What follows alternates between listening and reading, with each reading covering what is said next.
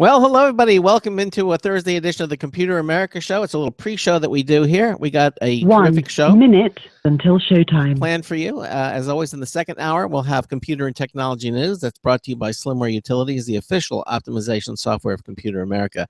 And in the first hour, GAEMS is going to be here, GAEMS. They've been on the show before, talking about their incredible monitors, gaming monitors.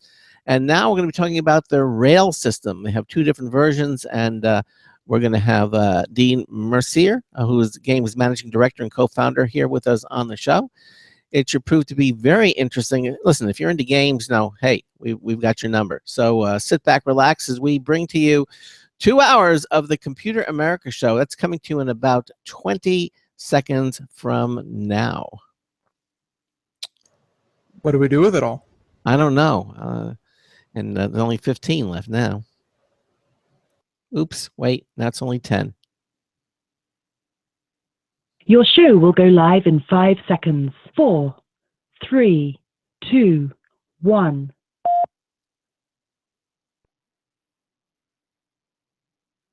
Broadcasting live, it's America's longest-running national radio talk show on computers, Computer America, hosted by national columnist Craig Crossman. Look for Craig's weekly column in your favorite newspaper. This show is being beamed nationwide at ComputerAmerica.com. Keep it here for technology news, computer products, guest interviews, and your phone calls. You're listening to Computer America. Hello, and welcome into the Computer America Show. It's the nation's longest-running, nationally syndicated radio talk show about computers and technology. Computer America is heard around the world and coast to coast. And I'm your host, Craig Crossman. There we go. And I'm your co-host, Ben. And welcome into the Computer America Show. We have a terrific show planned for you today, as always, as we do every single day.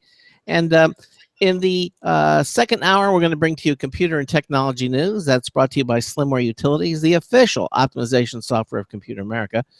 And in the first hour, well, all you gamers out there, I realize it's not Gamer Tuesday, it's a Gamer Thursday, because we're going to have GAEMS on the show. That's spelled G-A-E-M-S. Company's been on the program before with us. They make one of the coolest gaming monitors. Ben actually has had one now for some time, and it's actually migrated to become his main monitor. It's the quality of this is so good. And they're here to talk about not only their line of monitors, but their new rail system. They have two of them. They have the Satellite rail system and the weighted stand rail system. We have Dean Mercier is on the program with us to talk about that as well. Now, if you have a question for us, we'd love to hear from you. Pick up the phone, give us a call at 347-884-8881. That's 347-884-8881. I'll get you on and get you through. If you're radio shy, you don't want to go on the air, but you still have a question, we make it really simple. Head over to our homepage at ComputerAmerica.com. And actually, any page, the menu bar on any page, you'll see the second item there says live stream. If you hover over that, you move one down to submit a question. Click that, you'll go to our question submission page. You can type in whatever you like, hit the submit button, and Ben and I will see what you've typed instantaneously. The other thing that we like for you to do is for you to join our live video stream. We are a radio broadcast, but it's the 21st century, and we bring to you live video streaming of the show. Again, head over to ComputerAmerica.com. Any page there on the menu bar, it says live stream. Just click it. You'll be instantly taken to our live video streaming page. You'll join the show already in progress, and you can watch the show. You can see Ben today. You won't see our guest because he's on the phone, but you can see Ben, and Ben has the technology to display the websites we'll be talking about, any videos we might be discussing, movies, links, all that. You can do all that. Just enriches the experience, which we call Computer America. And so we invite you. Again, everything you need to know about our show is at ComputerAmerica.com. It truly is the internet home of our radio broadcast. But pick up the phone, 347-884-8881. It'll get you on and get you through real quick. So, Ben, anything else you want to talk to us about before we bring our guest on in this hour? You said offhandedly, what news stories have you been finding other than Pokemon Go? But, I just started looking, and the first 5 of them were about Pokemon Go. So it truly is here. And again, I downloaded it and started it, but I didn't follow through with it because it asked a bunch of questions at the beginning, and I just didn't have the time to put all that in. So I'm going to try to do it a little Bunch later. of questions. Yeah, ask you questions about, your email address. It wants it asks a few questions before you get started. Yeah, the setup. You didn't even make it through the tutorial. No, I didn't even get through the tutorial. No, I didn't. I got distracted. There was so As much. far as I know, you just went to the App Store, hit one button, and said, "Well, that's enough work for today." No, And you never got further. I will get further. I will get there eventually. But right now, all I can say is that from the little bit that I saw, it looked really interesting. But that wasn't. Well, a little bit did you see? I'm going to say this right now. You didn't see anything. That's it. That's why you didn't see anything. That's why I'm looking forward to it, seeing everything. All right. Well, Craig is savoring it like a fine wine for some reason. He's hoping it ages well. So, but yeah, there's going to be, yes, I won't lie to you folks. There's going to be some Pokemon Go, but we'll promise to keep that to a minimum next hour during our news segment. But yeah. All right. We'll have a couple more interesting ones. Stick around for that. But, of course, stick around also for the first hour, of course, as we have games on. Like Craig was saying in the beginning, it has slowly worked its way to be my primary monitor that I use. I have a couple others from a couple different companies, but my 3-monitor setup is currently being dominated by the GAEMS monitor. So really looking forward to what they have coming up. And, yeah, stick around for that. Okay. Well, as I mentioned, Gaming and Entertainment Mobile Systems. That's the name of the company, but the acronym for that is GAEMS, GAEMS. See how they took the E and the A and kind of switched it around, but you still pronounce it GAEMS. And GAEMS is changing the way gamers around the world stay connected to their favorite console, friends, and games by creating an entirely new category in consumer electronics. Okay, GAEMS has taken everything that's needed for the ultimate gaming experience and made it portable. GAEMS was created by hardcore gamers for hardcore gamers. Okay.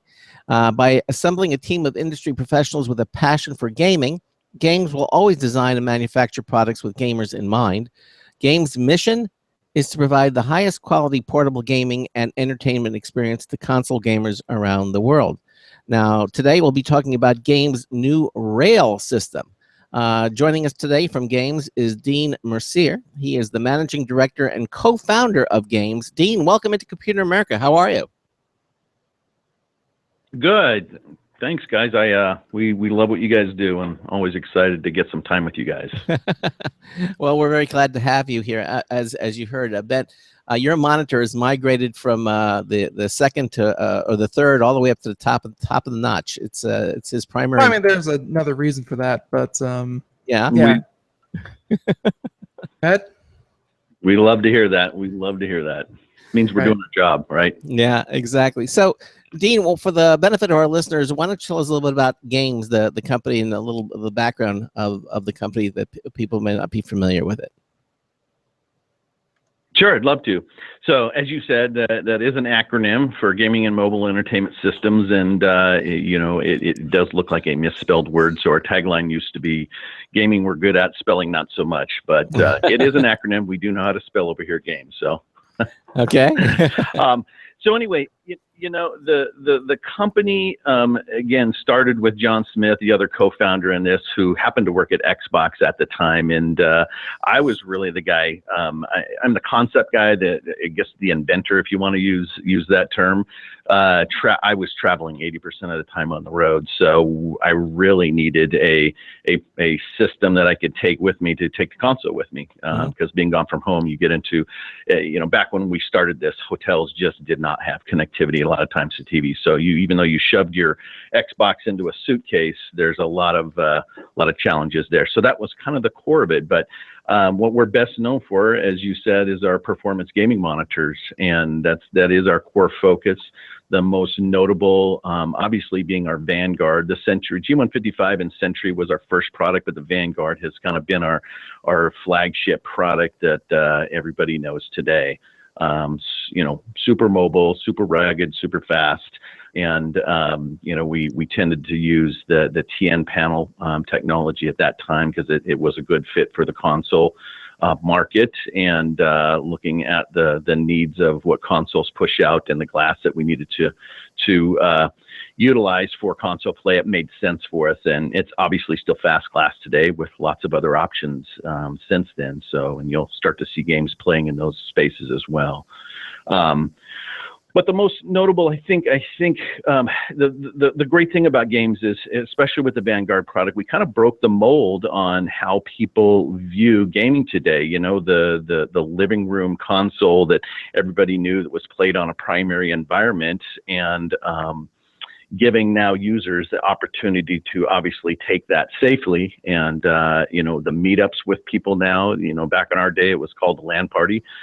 Today, you know, that same experience can be had with our products. The living room and that console kind of sitting there, obviously what that product was designed for, but we work very closely with Sony and with Xbox, because obviously moving that console around was a concern, but we definitely worked with them to kind of help them understand what we were getting ready to do, and to ensure that we not only protected the console but protected the user's warranty on those products as they use them with ours. But the interesting thing about our Vanguard is, you know, we you know, John and I designed this as a portable option for your console. But over the years, we, you know, and seeing how we've kind of changed this game, we found that 70% of our users really never leave home with the product. It is their core environment, and we believe there's a lot of reasons for that. But literally, I think the issue is really that primary environment. And if you have multiple gamers sitting in a household, you know, you're fighting for a primary environment. Even if you've got second and tertiary TVs, we're finding the users prefer to be in that environment. And I think there's a lot of reasons for that. You know, the speed of our glass and the experience that gamers get, especially with the high frame rate needs for shooting games and driving games and those types of things. I think that is one aspect of it. But I think the design language that Games shoots for when we do put products out, our design philosophy is very different than I think what you're seeing out there. You'll never really see a Me Too product from Games. We always try to make sure there's some unique aspects to our product that really changes the user experience from what sits out on the market today. So yeah, the Vanguard has become a real personal, you know, lifestyle-based product, and it's been amazing to kind of watch the different scenarios that this product's being used in. One example is a group of game designers that are sitting out in Montana, and they utilize about 12 of our environments for a K through 12 education program, where they come in with the Sony product and using Little Big Planet. And Little Big Planet obviously has that engine where they can kind of develop their own game levels, where they've actually turned that into a training course to kind of expose K through 12 students the kind of early concept of game development. So we've got, you know, athletes, we've got, you know, firemen and police officers that use this product.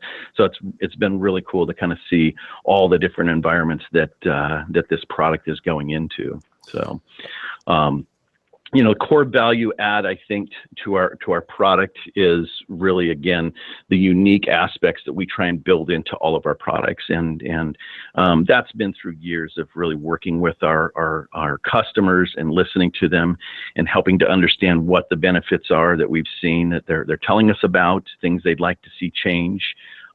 Design language is a very big part of what we do. You know, gaming is definitely a culture, and so when you talk about a culture, it's about lifestyle and a statement.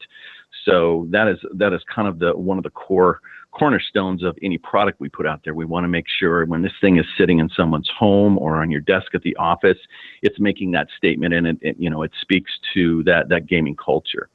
So you know, we love what we do here. The great thing that we love about Games is we're very genre. Yeah, we're open to all platforms, or we kind of support all genres. We support all platforms, and I think that's given us the ability to really adjust and mold to the new and emerging technologies. That's the cool thing about us. We get to play in just about every sandbox out there, and it's been super exciting, and it's getting better. The industry is changing in a big way, it seems like, in the last 2 years. So, and we're adapting to that.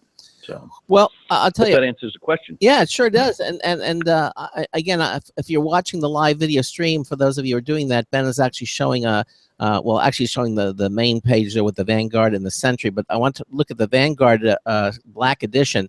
I mean, that's a beautiful case. It looks like it's partly soft and partly a hard shell case. The entire Xbox or Xbox One fits into that, and the top or the lid is actually a screen and the speakers and everything. It looks like it's a beautiful setup, and you can have literally everything right there at your fingertips. And that was really, I believe, your first, or the first product, the Vanguard, if I recall correctly, Dean. Yeah, it was actually our G155, and then the Vanguard kind of, Right. you know, the G155 was a 15.6-inch panel, 720p, Right. still very fast, but some of the early input was that they wanted a little larger screen. So, and with the Xbox One coming out, we knew we had to make some adjustments there, and the Vanguard is turning out to be really the core case product that people are migrating to. Are you phasing the Sentry out? And what was the difference between the Sentry and the Vanguard? So Sentry is just a smaller screen form factor. Okay. Virtually, the Xbox One is not as compatible as the Vanguard, because as you can see, it's a little larger. Right. But virtually the same speed monitor, but just a little larger environment for people to play on. Right. And again, you can literally close it up and have everything right there. You know, just carry it, then just set it down, pop it open, and you've got your screen, you've got the Xbox, you got everything right there at your fingertips, which is really, really nice. Now, is there room in there to hold a controller as well? I would think there would be. Yeah, there is. You can hold two controllers on one side, and currently, obviously, the PlayStation being the smallest form factor in the case, you know, with just the cable, but it does fit the Xbox One brick currently today, and 360. We're kind of excited to see the next gen Xbox that will eliminate that brick. I think everybody will be excited about that. Yeah, it's smaller. But yeah, it'll fit all of that. Yeah, the next Xbox is supposed to be smaller. Yeah, exactly. So it's like the Xbox One S and S, like Slim or whatever. But yeah, it's you know, assuming it's gonna have similar dimensions, it's gonna give, you know, all the cases that you have already made just more room inside those cases. So yeah, exactly. Yeah, exactly. Exactly. And your target audience for the Vanguard, I would assume, are gamers, right? I mean, people with Xboxes, or PlayStations, and they're looking for some sort of manageable portability. I assume that's what you're aiming for here. Yeah, that is, and it's a great question. It's interesting, as I said, we've kind of changed the game on how people view gaming, but the product has been really seeing, especially the last year and a half, a lot of use case scenarios where people like, you know, for example, drones. You know, there's a lot of need for being able to, you know, we're learning is that these drones fly at such high speed. Looking at a small screen is just not sufficient. So we're getting you know, requests to look at, you know, modifying the product for that, security or streaming, you know. So we've been seeing a lot of use case scenarios now that the Vanguard can fit into, and so you can kind of watch our website and look for kind of future products and some of the projects that we're working on. All right, and then I also want to talk a little bit about the other flagship product, which is the M240 professional gaming monitor, which is the one that, by the way, that Ben has right now. And tell us a little bit about this. Who was this product designed for? What did you have in mind for designing a terrific monitor like this? Yeah, well, we knew, you know, GAEMS obviously launched with the core focus on console gaming, but, you know, PC gaming is something we just simply can't ignore. And, you know, our core audience was console gamers, but we needed to start moving the design practice towards PC gaming. It is a critical component to the success of the company. So the M240, again, as I said, you'll not see a Me Too product. So we had to kind of look at what that product needed to look like in the customer's hands. You know, what are some of the unique features that we can offer to the customer, so when they're sitting in front of a GAEMS monitor versus some of the other industry options out there, they are truly getting a better experience and a different experience. So we, you know, it used to be, you know, back in the 90s, you would see, you know, PC monitors with speakers built into them. That kind of went away, and you started looking at external speakers. So one of the first things we wanted to do, because we knew the product being a monitor, if we could build in a really good audio system behind that. Gamers don't just game. Obviously, when you have a console, there's a lot of content to consume there, and so I really wanted to shoot for that single product that, let's say, the college student that's going off to college not only has a great gaming environment, but has the ability to be able to watch his Netflix and listen to streaming music, and kind of meet all of those needs in one package. And so we spent a lot of time. We actually spent about 6 months just on the speaker chamber design itself and trying to tune those things and design the speaker architecture so that it met the gaming needs, but also had a great entertainment experience when the user sits in front of it. Unique feature added at the time, we were very tied in with MLG, and we were sponsoring some teams out there, Team Optic, Team Envy, and streaming was a very big part of what these guys do. And HDMI out hadn't been on the market at the time, and so we worked in an HDMI out to allow streamers to have that option for the monitor, and it's turned out to be really, really appealing to them. The handle that you're seeing in the back, we had that custom design for us, and if you open the M240 package up, you're going to see that cover that sits in front. So it's pretty heavy duty vinyl applique that sits in with some plastic in there to protect the screen that you see on the back of it. That is your stand as well as your handle. Dean, so Dean, we knew that. Dean, yeah. Listen, I didn't mean to interrupt you, but I just wanted to tell you that you're breaking up. It sounds to me whatever handset you're using, you're moving or something, and it's causing it to break up. So if you could sit still, I think we'll be fine. Okay. So I apologize for that. Not a problem. So if you could just not move around, that'll be good. All right. So continue on. You were talking about the handle of the monitor. Okay. Thank you. Sorry about that. So anyway, can you hear me? Yes. Okay now? Yep, Yep. we're good. All right.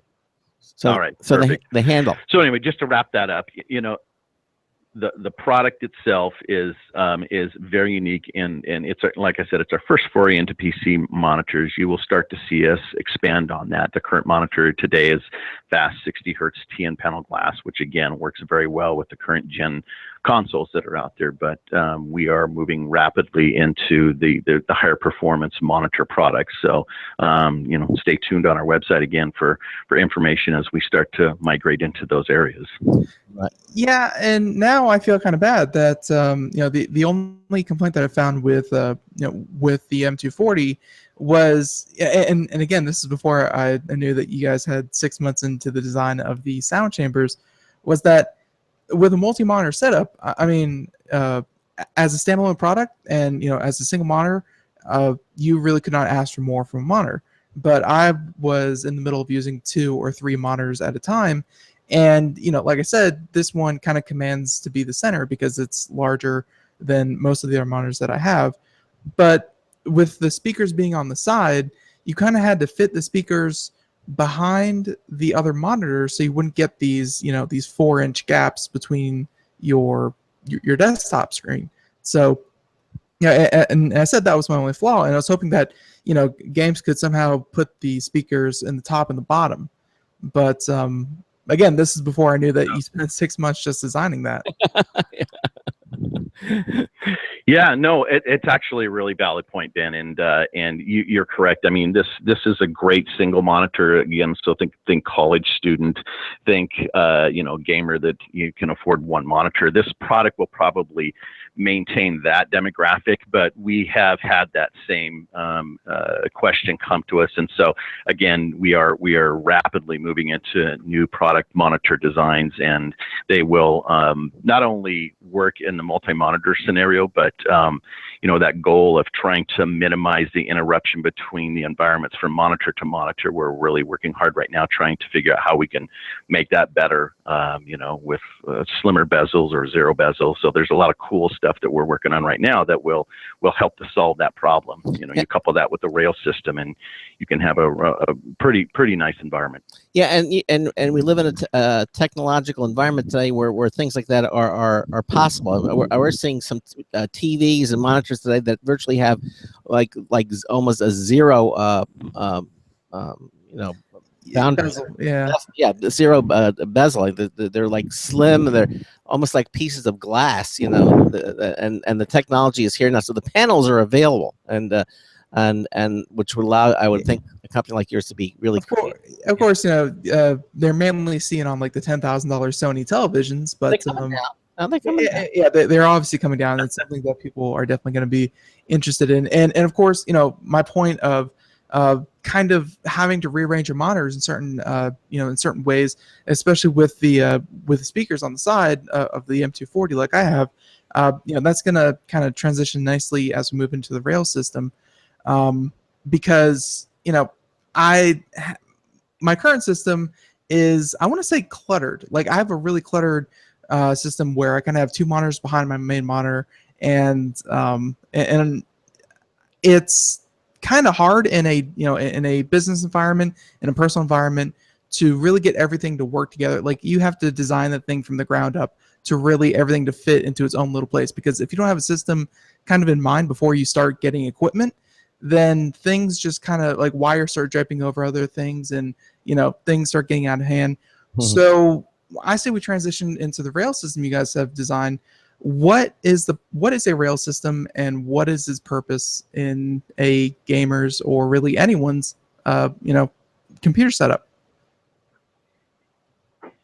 Yeah, no, fantastic question, and you led into that with a really good use case scenario. And you're right. I mean, it's almost in the industry, and we can speak specifically to monitors and how those monitors are held up today, right? I mean, this is one of the things I think help games become so widely known so quickly. It's kind of like the meatloaf pan, right? That's just kind of always the way we've done it. And today with the amount of content that people work on their desktop and the amount of hardware that it requires to be able to get that job done, you're right. It's a very cluttered environment. I mean, I help run the company. I'm also a product designer, so I have a lot of drawing tablet tools that I use, and I've got my core monitor. I mean, I'm currently using the M240, but I also have the 21:9 34-inch monitor sitting on that desk, so I can have that larger workspace. But the multi-monitor architecture has been out there for a while in a lot of different forms, but again, a lot of gear that's involved in being able to make that happen and still have an aesthetic look that you want to sit in front of all day, but also have an organization structure that's just, you don't have cables and cords and hardware sitting on this desktop. So that was really our core goal when we started the rail system. And again, as I said, trying to get back to what we do and our core design goal, which is never release a Me Too product, right? And secondly is to make sure we have unique features that give that user a better experience. And lastly, that it speaks to the culture of gaming, and it's that lifestyle statement that people want sitting on that desk. So I'm kind of I'm the product designer behind this, and I work with a fantastic team of industrial designers that are exclusive to games, and it is the core goal. I like guns, and I do shoot, in my spare time occasionally when I'm not trying to build a company. But I love tactical, right? I mean, you see a lot of our products. I love tactical looking products, but trying to figure out a solution for a monitor stand and how we can change that. And the design team that we work with, started looking at the Picatinny rail system that I sent to them.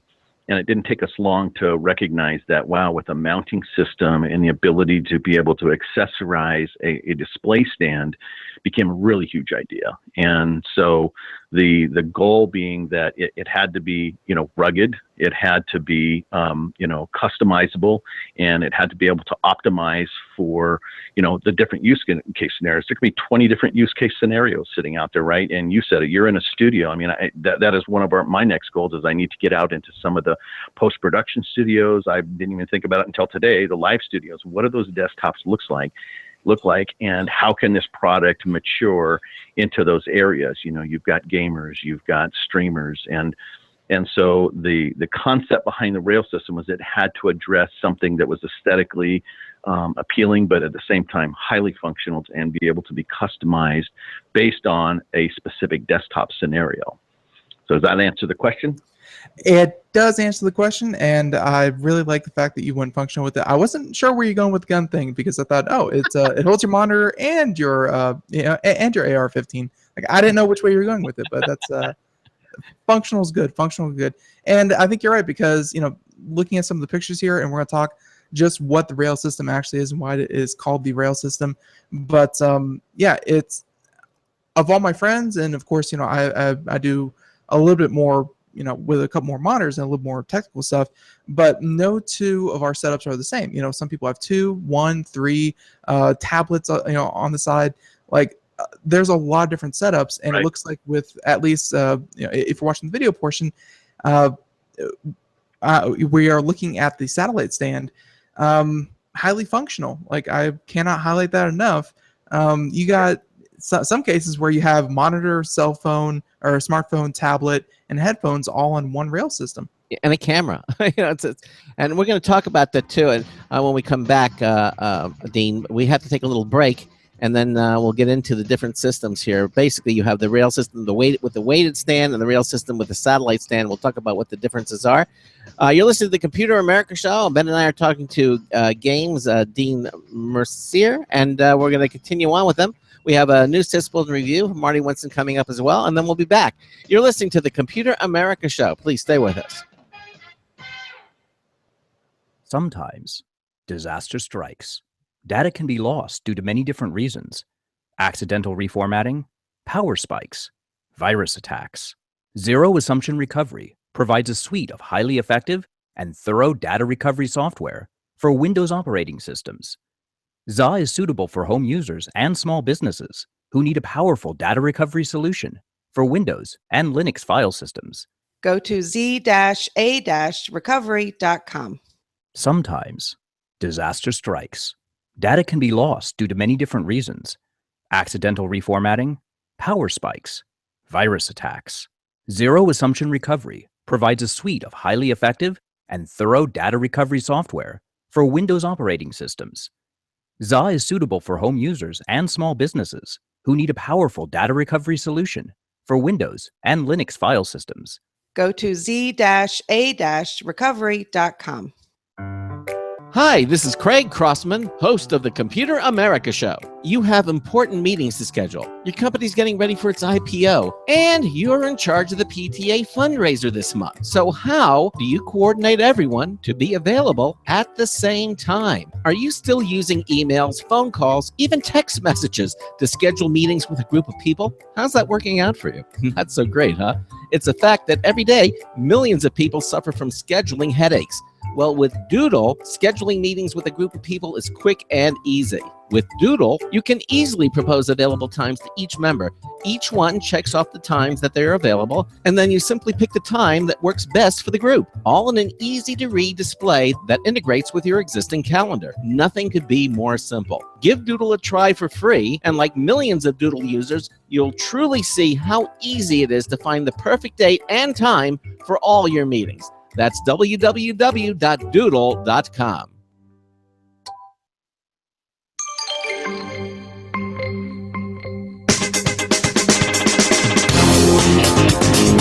Hot? The lobsters leave the water already cooked. Marty Winston with the News Tips Bulletin Review for Computer America.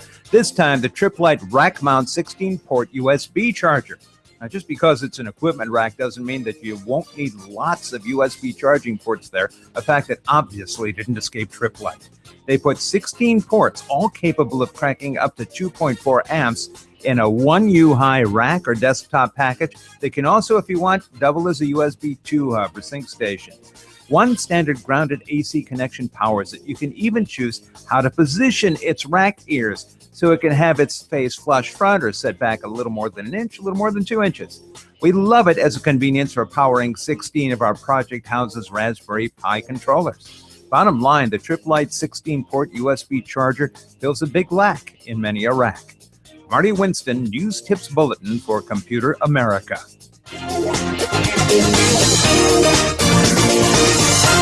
And welcome back to the Computer America Show. Thank you, Marty Winston, for that news tip bulletin review. We have been hearing that one all week, and admittedly, we all like the gap in your rack or whatever it was.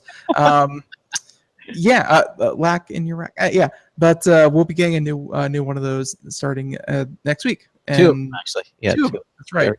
Yeah, he reviews so many products. I don't know how he finds the time. It's crazy how prolific he is. But so yeah. So welcome back to the Computer America Show. In the first hour here, we have games. We have Mr. Dean Mercy here with us. He is the managing director and co-founder of GAEMS. As we are just about just getting into the rail system, and I think we're going to start with the satellite stand.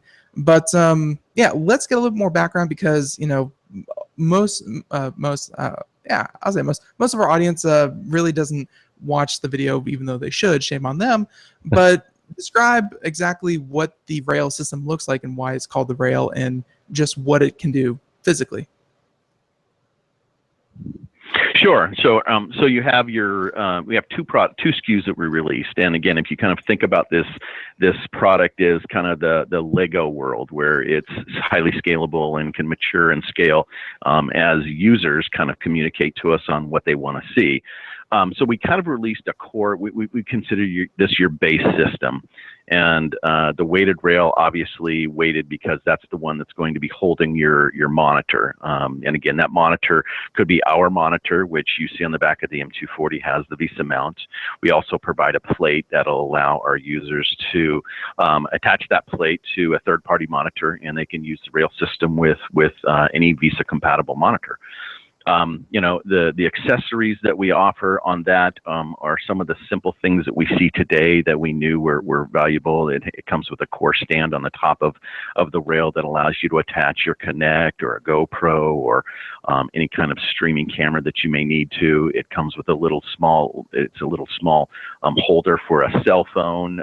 It may be for a battery charger for charging your phone, any kind of organization for a small form factor electronic like that. And then obviously the back is a handle. It looks like it's an AR-15 handle just from the aesthetic standpoint. So you can move that product around easily. The satellite stand was a supplement to that because, as you talked about before, headphones, small iPod, again, phone system, or excuse me, your cell phones. Whatever that use case scenario is going to be from our users, and we'll discover that obviously as the product launches out there on the market. So a handle for headphones, the large form factor screen holder that you're looking at there was really designed around our M155 product, which is a small, super light, almost tablet style monitor. And that is to be used in conjunction with the M240. So if you think of the streaming world, they might have the M240 mounted on the weighted rail, and on the satellite they might have the M155.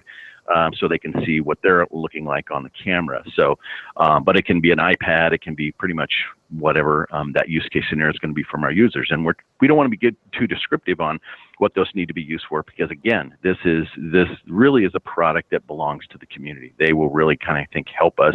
We really feel like this is their product. They're going to design this product along with us. They're going to help us understand what's working for them, what's not.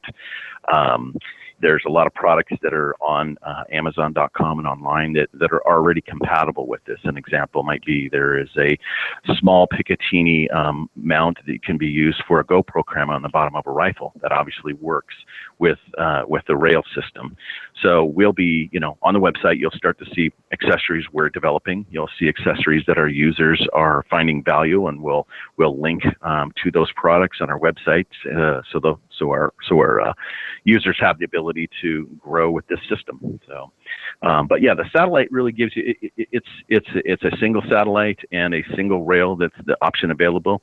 You can have 2, 3, 4 satellites. It depends on what that scenario looks like.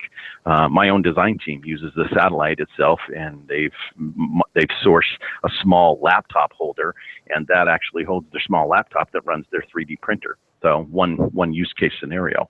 So we're excited to kind of see how the community kind of adapts to it. They'll like a lot of our products because it is different. It'll take some time for people to learn about them and kind of see how it fits in their world. And we're hoping the community interacts with each other and starts to really have fun with this product. Where did you come up with the idea for the rail system? I mean, it was it's certainly different. Yeah. It's very different, and again, I do haven't had so much time in the last couple of years, but I do own an AR-15, and utilizing the mounting options that you have on those things that really, as a product designer, my core goal is to look at existing problems and solutions, right? Look at existing technologies, emerging technologies, and then, as I said, how we can have fun with how we would present that product in our world as gamers. So the concept struck me just simply uprighting that rail that you're going to see around an AR-15 and understanding that, wow, this can be completely adaptable in a different market space. The concept is scalable in a lot of different market spaces, but for gaming and desktop organization, it just made sense. I mean, when we had our first prototypes come out, we kind of did our small focus groups, and it doesn't take people very long at all to kind of recognize the value of just having those mounting options on this rail. So, and again, I love tactical looking. So it was definitely a hit the minute it got our first prototype in. Yeah, exactly. If you had to pick a target audience, who would you say your target audience is for the rail system? Target audience. Well, it's definitely going to be gamers, obviously, and that sounds cliche almost, but I would say streamers and post-production video audio folks. I mean, streamers are all about that, right? I mean, that's the core of their life. I think this is going to be highly appealing to them. But I have to tell you, there's so much input right now from sales and marketing and the channels that are talking to them. For instance, Cabela's and Bass Pro Shop, both of these folks want exclusivity to this product. So that's a really difficult question to say today, because as we found even with the Vanguard when it got launched, we thought, well, our core gamer is going to be the guy that needs to travel with his console. Well, it just kind of grew into what it is today, and I really feel the rail system will do that. So not that it's a non-answer, but I think we're really going to discover that as this thing launches on July 25th, and we start to get that input immediately. I mean, we have channels that are just in the office environment, right, that can see this as a value for organizing an office. So it's really going to be exciting to kind of see how this thing grows in the next 6 months from launch. All right. Now, you obviously have two different rail systems. You have something called the weighted stand and the satellite stand. Can you talk about? And from the explanation that you gave a little bit earlier, it kind of led me to believe that the weighted stand was your main monitor, your main setup, and then if you need a satellite stand with a tablet, with a phone, or with other things, of course you can put those on the main weighted stand, but weighted main satellite, just like a moon around the Earth, something that you put off to the side and use in addition to the weighted stand. Well, that was Ben's opinion. Why don't you tell us what it actually is, Dean? Yeah, no, that's correct. That's actually right. So the weighted stand has a metal weighted base. So for our M240, we knew what those weight ratios needed to look like to minimize the tip factor. So that weighted stand is for the monitor piece. Our M240 weighing, off the top of my head, I think it's around 11 pounds. If somebody were to come in and put a 34-inch LG 21:9 monitor on that, a lot heavier. So we needed to make sure that not only did it work with that weighted stand function with the monitor that the monitor's GAEMS puts out, but as people start to adopt this product for use with third-party monitors, that we were putting those monitors in a safe scenario, because they will be replacing obviously their vendors' display stand. So the satellite stand, again, as Ben said, it's a lighter form factor, can be used for tablets, small TV, or small tablets, and just general accessories, headphones, cell phones. We've had requests for a tripod head, because a lot of times the streamers want to be able to mount that camera or the lighting system. When we set up at PAX, we had two weighted rails. We had 2 satellite stands. One satellite stand sat on the left side, and that had a small camera up there. The other side had the lighting system with Kelvin adjustments, so they could tune their environment to their specific use case scenario there in PAX.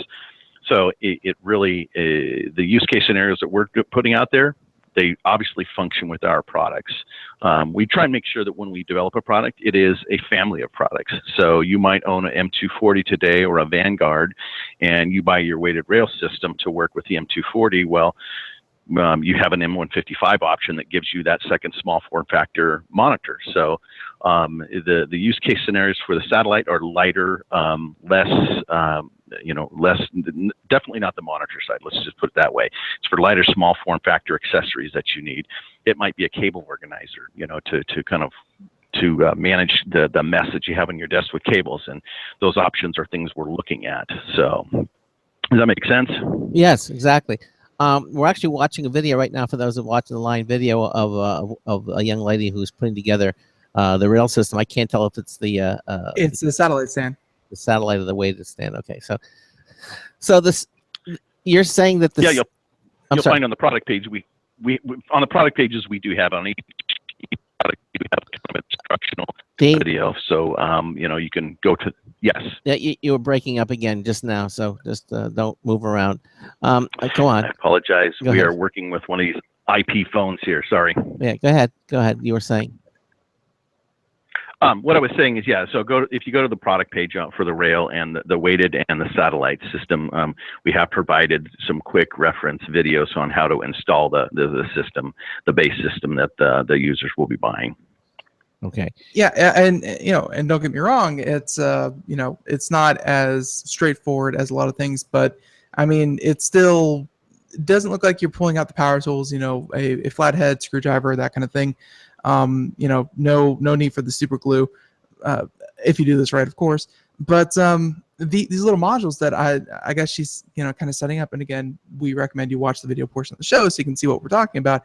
But yeah, these little modules, like one of them is like a headphone rack, the other one is for a cell phone holder.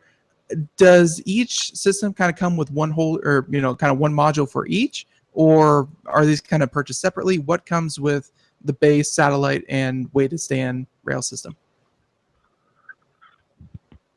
The weighted stand is going to come with obviously the VESA mount for the monitor. Going to come with one of those small cell phone holders, and again, those that I call them a cell phone holder, but again, those can be used for a lot of things. It also comes with a cross member up the top for either your Kinect or your Sony camera, or whatever camera you choose. Right, it might be your video camera that you're using for streaming, and then a handle on the back to be able to move that freely. The satellite stand comes with that same small cell phone holder. It comes with a large form factor holder for like I said, a tablet or one of the M155 monitors that GAEMS offers, and a handle that obviously you can utilize for moving it around, but it can be your headphone stand, kind of whatever you see in that scenario. So those are the 2 base products that come with both of those. So when you buy those satellite stands, those are kind of your launch accessories.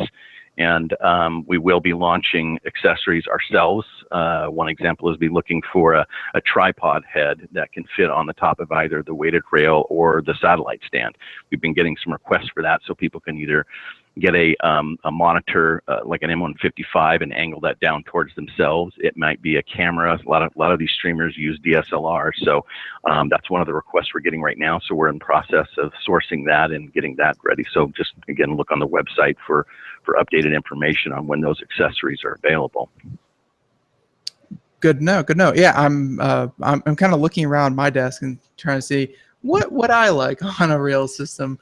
And other than a couple of speakers kind of thrown around for surround sound, they're just kind of haphazardly put there. Yeah, everything you listed off, I would definitely have a use for.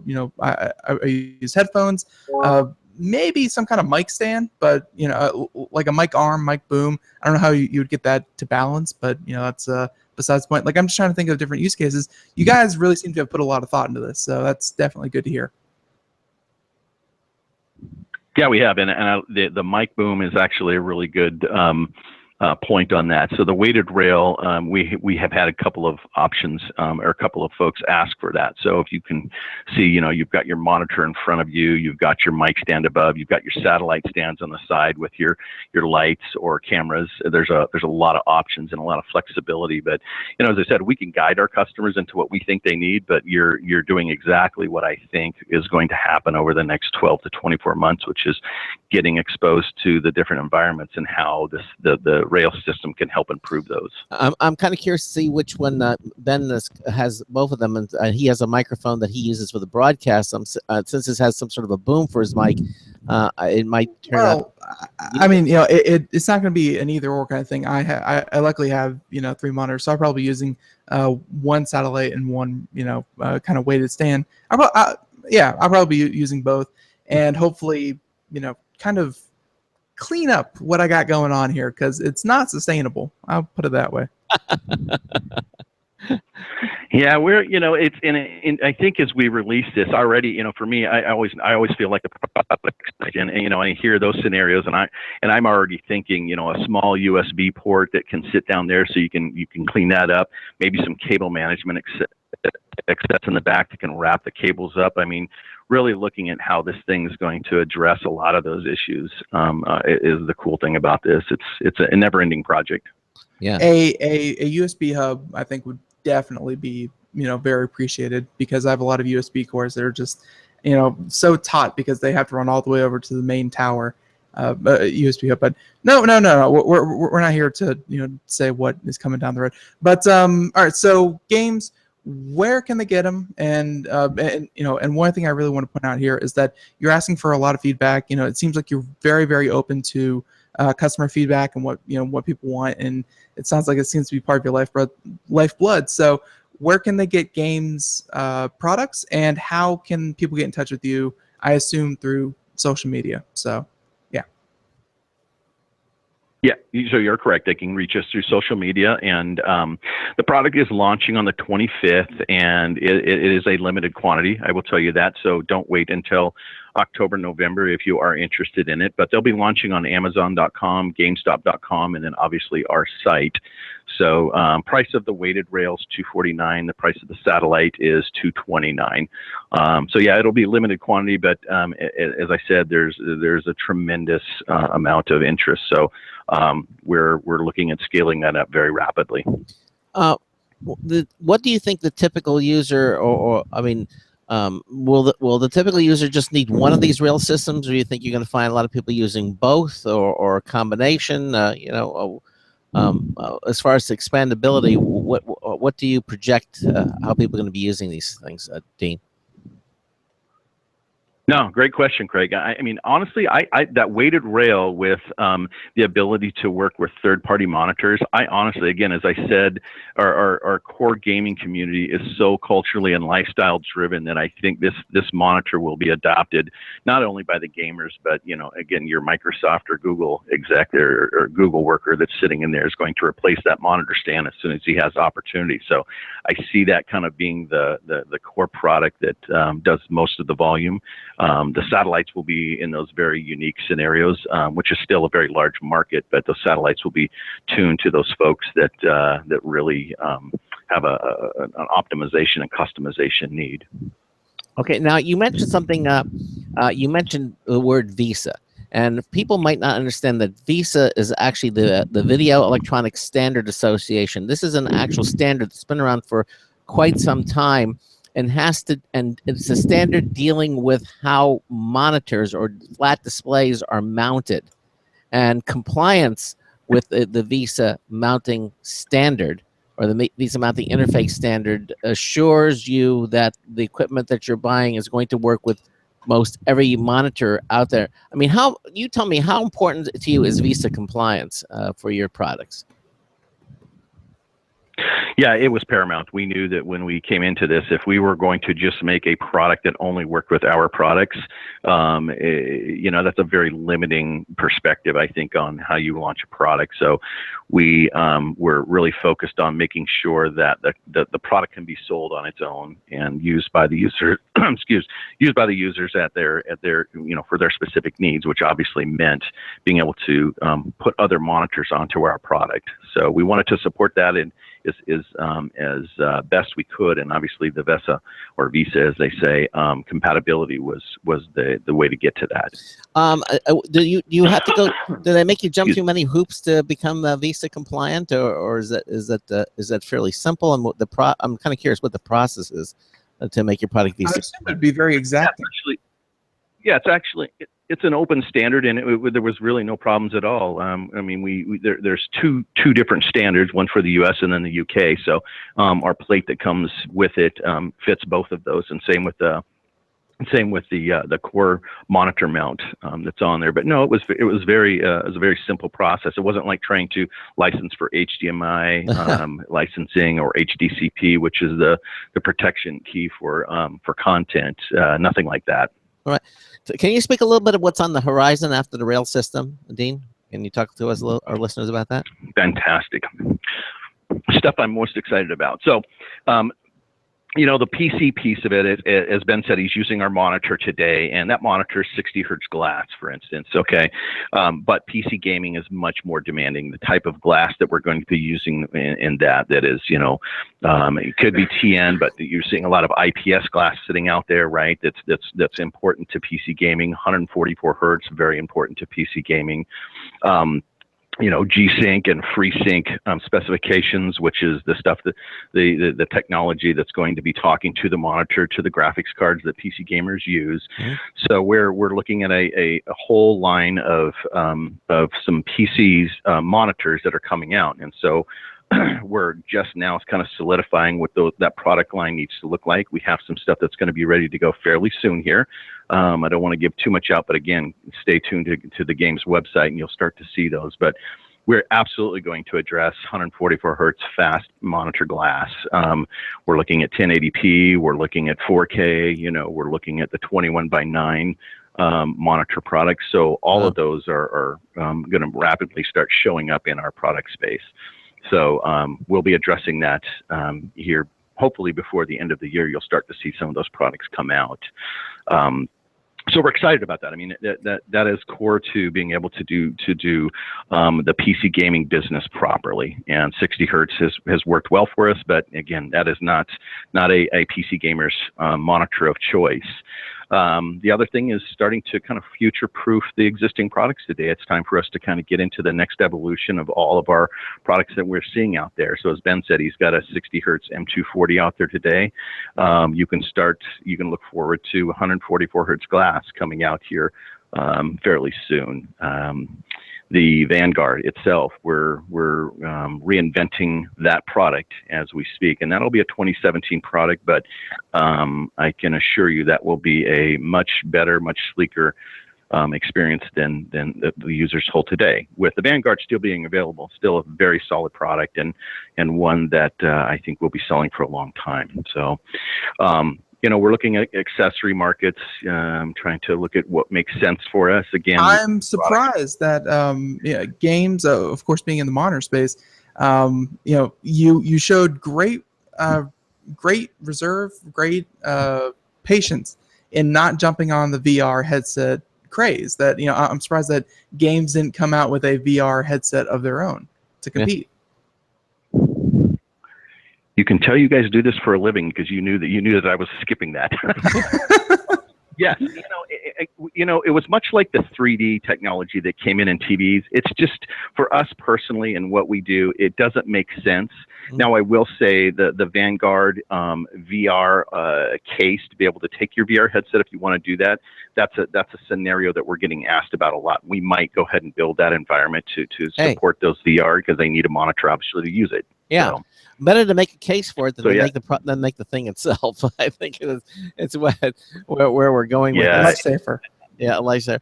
Listen, Dean, we're pretty much out of time. Again, again, you can go to the website, which is www. Games PGE, personalgamingenvironment.com. And that's spelled GAEMS PGE.com, or you can head over to computeramerica.com. Right on our homepage, we have a link to the GAEMS website. It's very easy to find. Listen, Dean, I want to thank you for being on the program today, and please keep us informed. Ben is perfectly willing to be your beta tester. You're getting big, and it sounds like you guys have a lot of stuff coming out for the holiday season. So if you guys get anything else out and before the holidays, please open invitation, come back, and we'll promote it for you. Okay. Dean, thanks. No, absolutely. We love what you guys do and appreciate the opportunity. Dean, thanks again for being here with us. You have a great day, and we'll talk with you again. All right. All right, guys. Thanks. All right. Take care. Bye-bye. Bye-bye. Bye-bye. All right, there he goes again. Dean Mercier. He is with GAEMS and managing director and the co-founder of GAEMS. And Ben, I know you just they're probably at your door as we speak. So you will. Yeah, probably they're wheeling their way here. I actually want to go pick them up, and I was hoping to get at least an hour in with them before the show. So we could seem prepared and professional. But that was not in the cards. No. So. You went to pick them up and they forgot to tell you that they were there. So they're bringing them to you, and they probably bit your door, in the next few minutes, and then maybe tomorrow. We'll update you guys when I finally get it installed and see, just what it can actually do. Because a lot of the use cases he was spelling out there, I have a lot of extras that need a home. So. Yeah, and it looks like with those both of those systems, you're going to be able to make some pretty cool looking setups. All right. Right. All right. Well, we got another hour of the show coming up. Ben and I are going to be doing computer and technology news, brought to you by Slimware Utilities. Some really interesting stories, news stories. We have stories about drones. Yes, we have a story about the new Nest camera. It's for outdoors. We're going to be talking about that. And yes, Pokemon Go. We'll talk about that too. That's all coming up here on the Computer America Show. Don't go anywhere. We're going to be right back. Broadcasting live, it's the only national radio talk show on computers to air every weeknight. Computer America, hosted by national columnist Craig Crossman. The first hour's behind us, but there's still more of tech news, tech talk, and your phone calls. We're being beamed nationwide at computeramerica.com. You got computer problems? Bring them on. You're listening to Computer America. Computers run the world, and we run computers. Call us or send us an email to live@computeramerica.com. Hello and welcome into hour 2 of the nation's longest running, nationally syndicated radio talk show about computers and technology. This is the Computer America Show, and I'm your host, Craig Crossman. And I'm your co-host, Ben. And we continue on. Again, we had GAEMS on in the first hour. If you missed any portion of that, you certainly can listen to it again. We archive all of our shows at compute, and the places that you can go to listen to them. Those links are available at computeramerica.com. We have a special tab under the menu bar. It just says archives, and you'll see all the places that archive the show, including Apple's iTunes and Stitcher and Blog Talk Radio Network, as well as the places that you can listen to the live show, which of course includes the IRN Radio Network, the TuneIn Radio Network, and we're continuing to expand. We'll talk more about it as things develop. But we just heard from our good friend and buddy Charles Tyndall, who wants us to expand our reach even further. So we're going to be playing around with this additional method of getting the word out, and it looks pretty cool. Wow, I have never heard something more ambiguous in my life.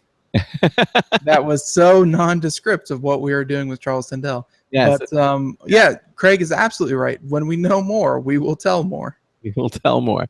Exactly. Okay, so we're continuing on. We're going to be doing computer and technology news.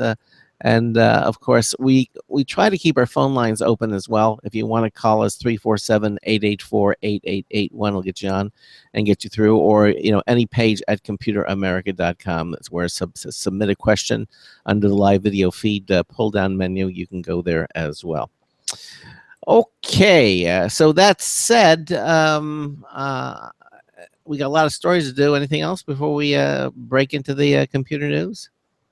If you are just joining us here for the first time, we would like to let you know that if you go to computeramerica.com, which is our website, all the links and everything we were talking about from the first hour is available there, as well as a live streaming video that we also put there. I realized what the problem is. I slept on it. I realized what the problem is with our current website that I'm going to fix with the new one. Craig, you know how on our current website we have kind of the two form kind of thing where we have one go on the left and one go on the right. So it's like 1, 2, 3, 4, 5, 6 in 2 columns. Yes, we have 2 columns which Yes. lists the show of the week, a week and a half past week. You know what that does, other than the fact that we have atrocious, resolution sizes for a lot of our images?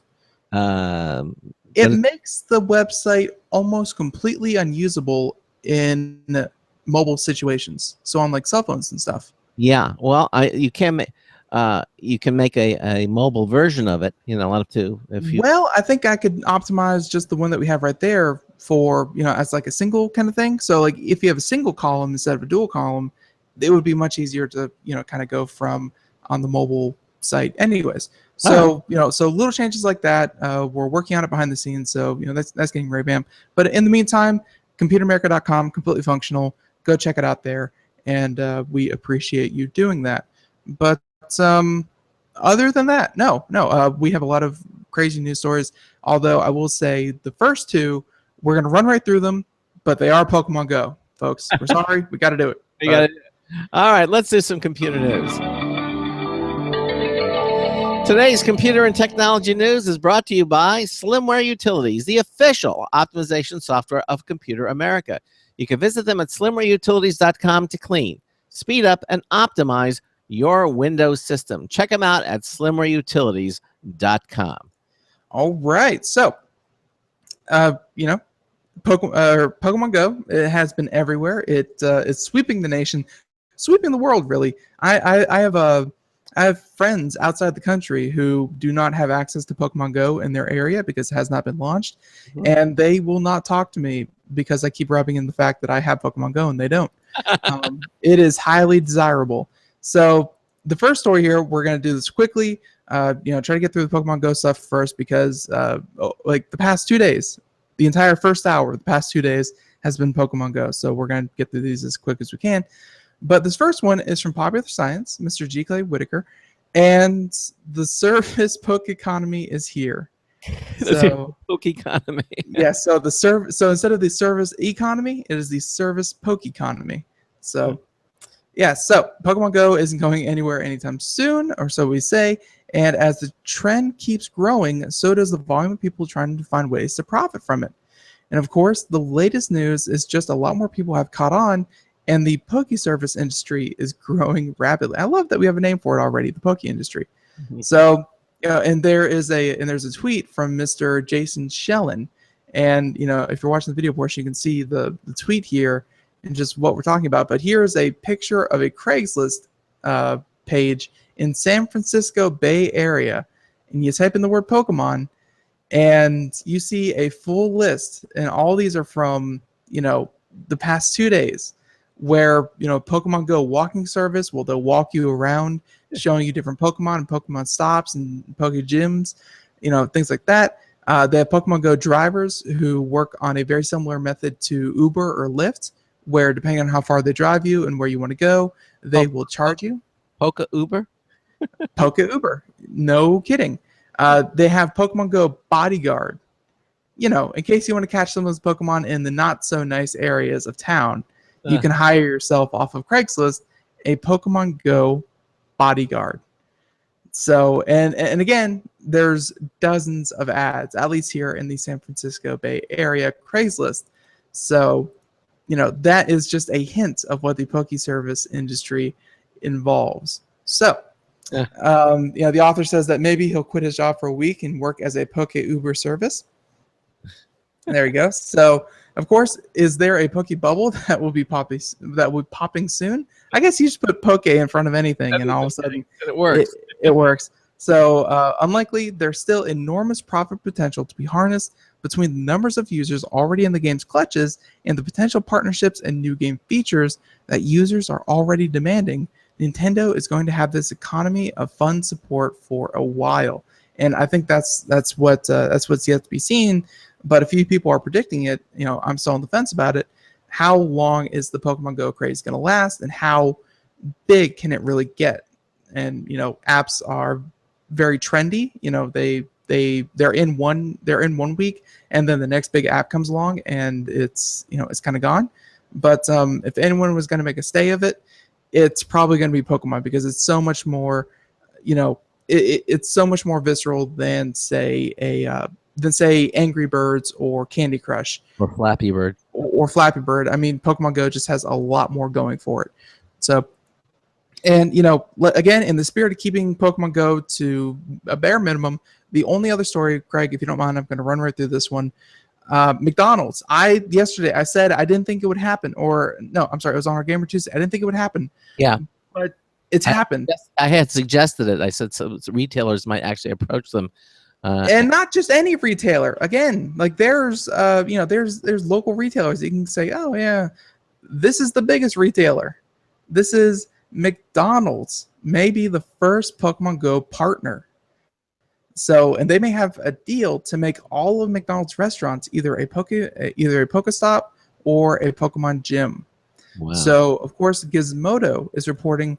And by the way, this is from Popular Science, and again, G. Kelly Whitaker. He seems to have a corner on the Pokemon Go news.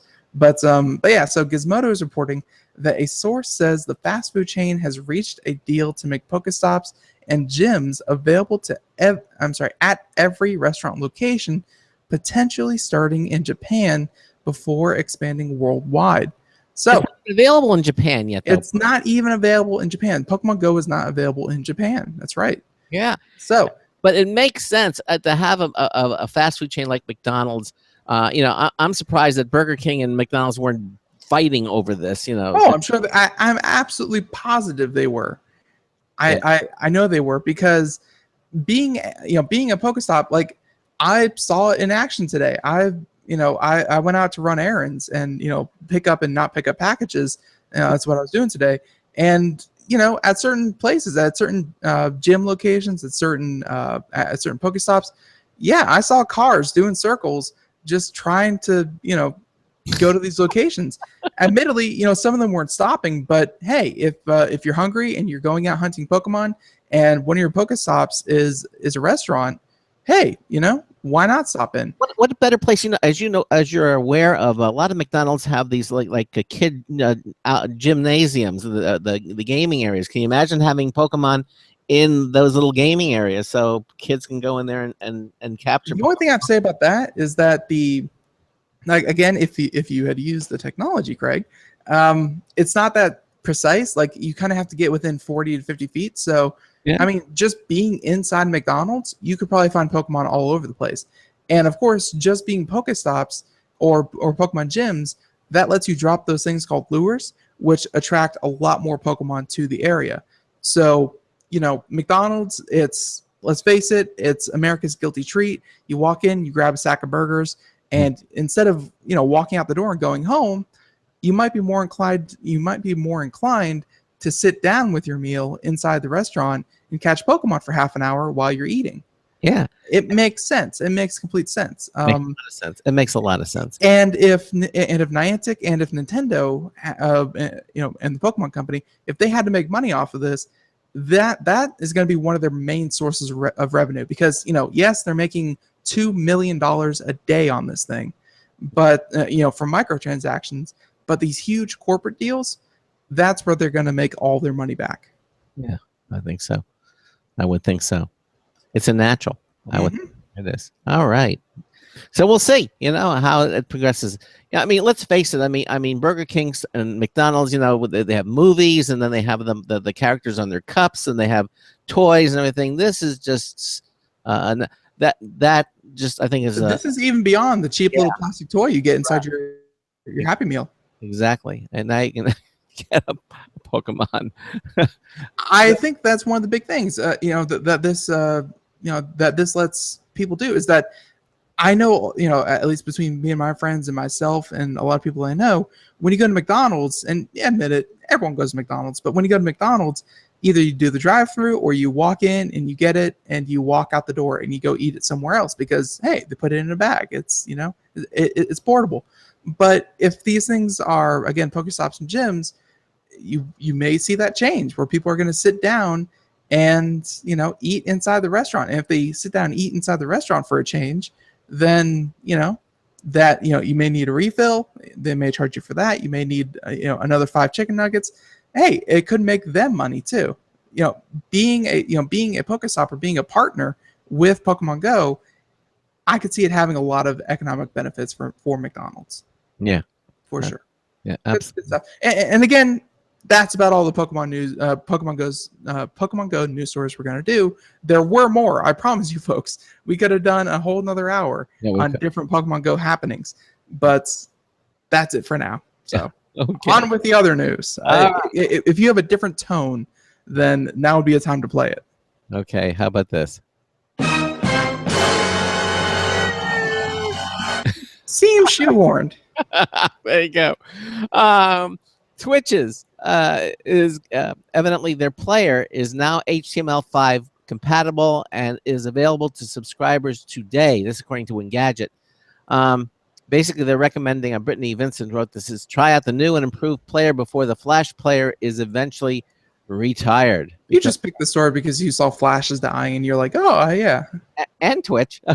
Twitch. No, Twitch is not dying. Twitch is making an innovation. No, it's innovation. But I didn't pick this because Flash is dying, although that's an extra added bonus. But no, I thought our listeners would find this really interesting that Twitch is taking steps to improve its video streaming experience by bringing viewers a closed beta of its HTML5 video player. See, anyone with a turbo subscription to Twitch will be able to join the beta beginning today and can test out the new player before other users later this summer. Isn't that cool? Now, the HTML5 player promises smoother streaming, faster load times, and more consistent frame rates than the Flash player that's currently in use. Yes, of course, that's the whole purpose behind HTML5. And it just seamlessly integrated into your browser, so it can do things like that. Mm-hmm. Anyone who participates in the closed beta, by the way, doesn't have to switch over permanently just yet. However, and they can continue to toggle between the new player if they're not quite ready to make the switch. So you're not burning any bridges is what they're telling you. But they're saying, come on, try this out because it's going to be so much better.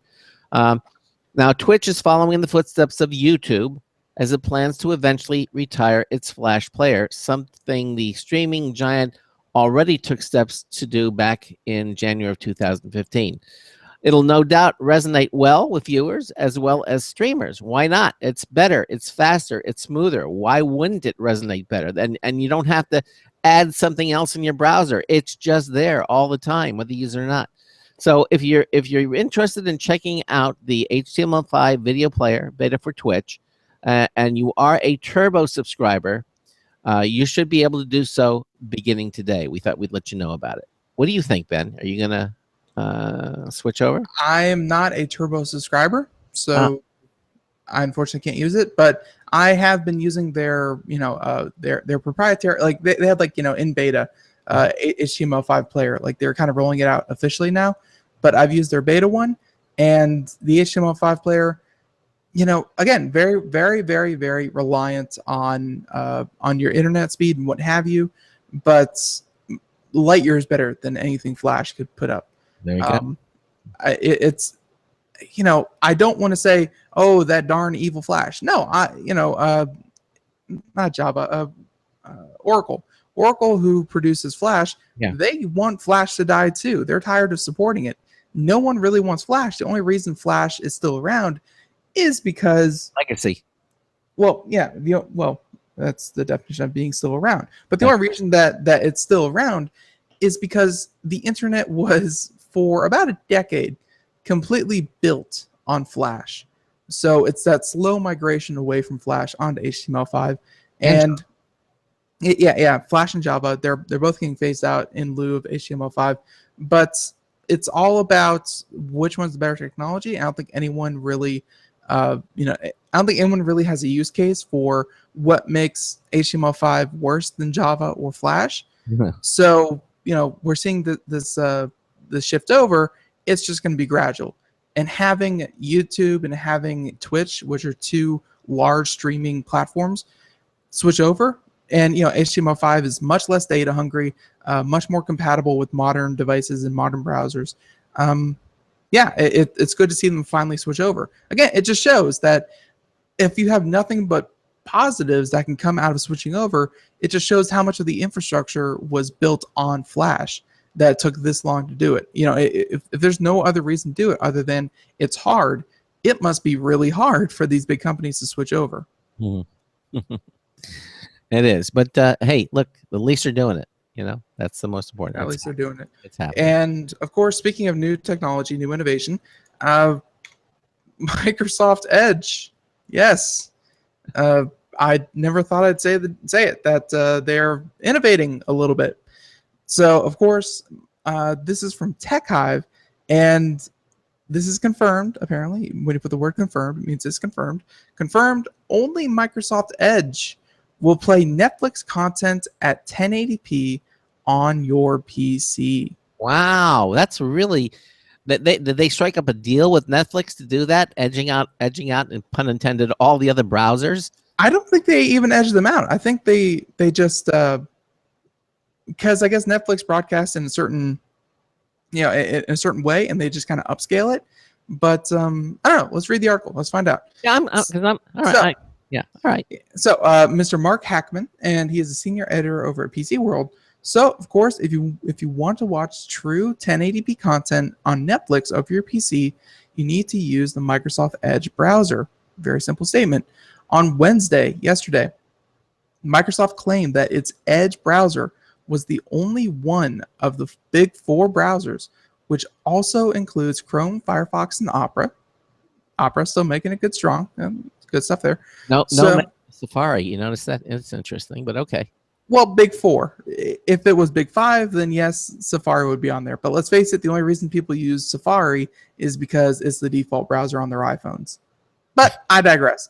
So offer 1080p resolution while playing Netflix. A quick test of all four browsers by PC World proved the claim to be true, with all the other three browsers capped at 720p.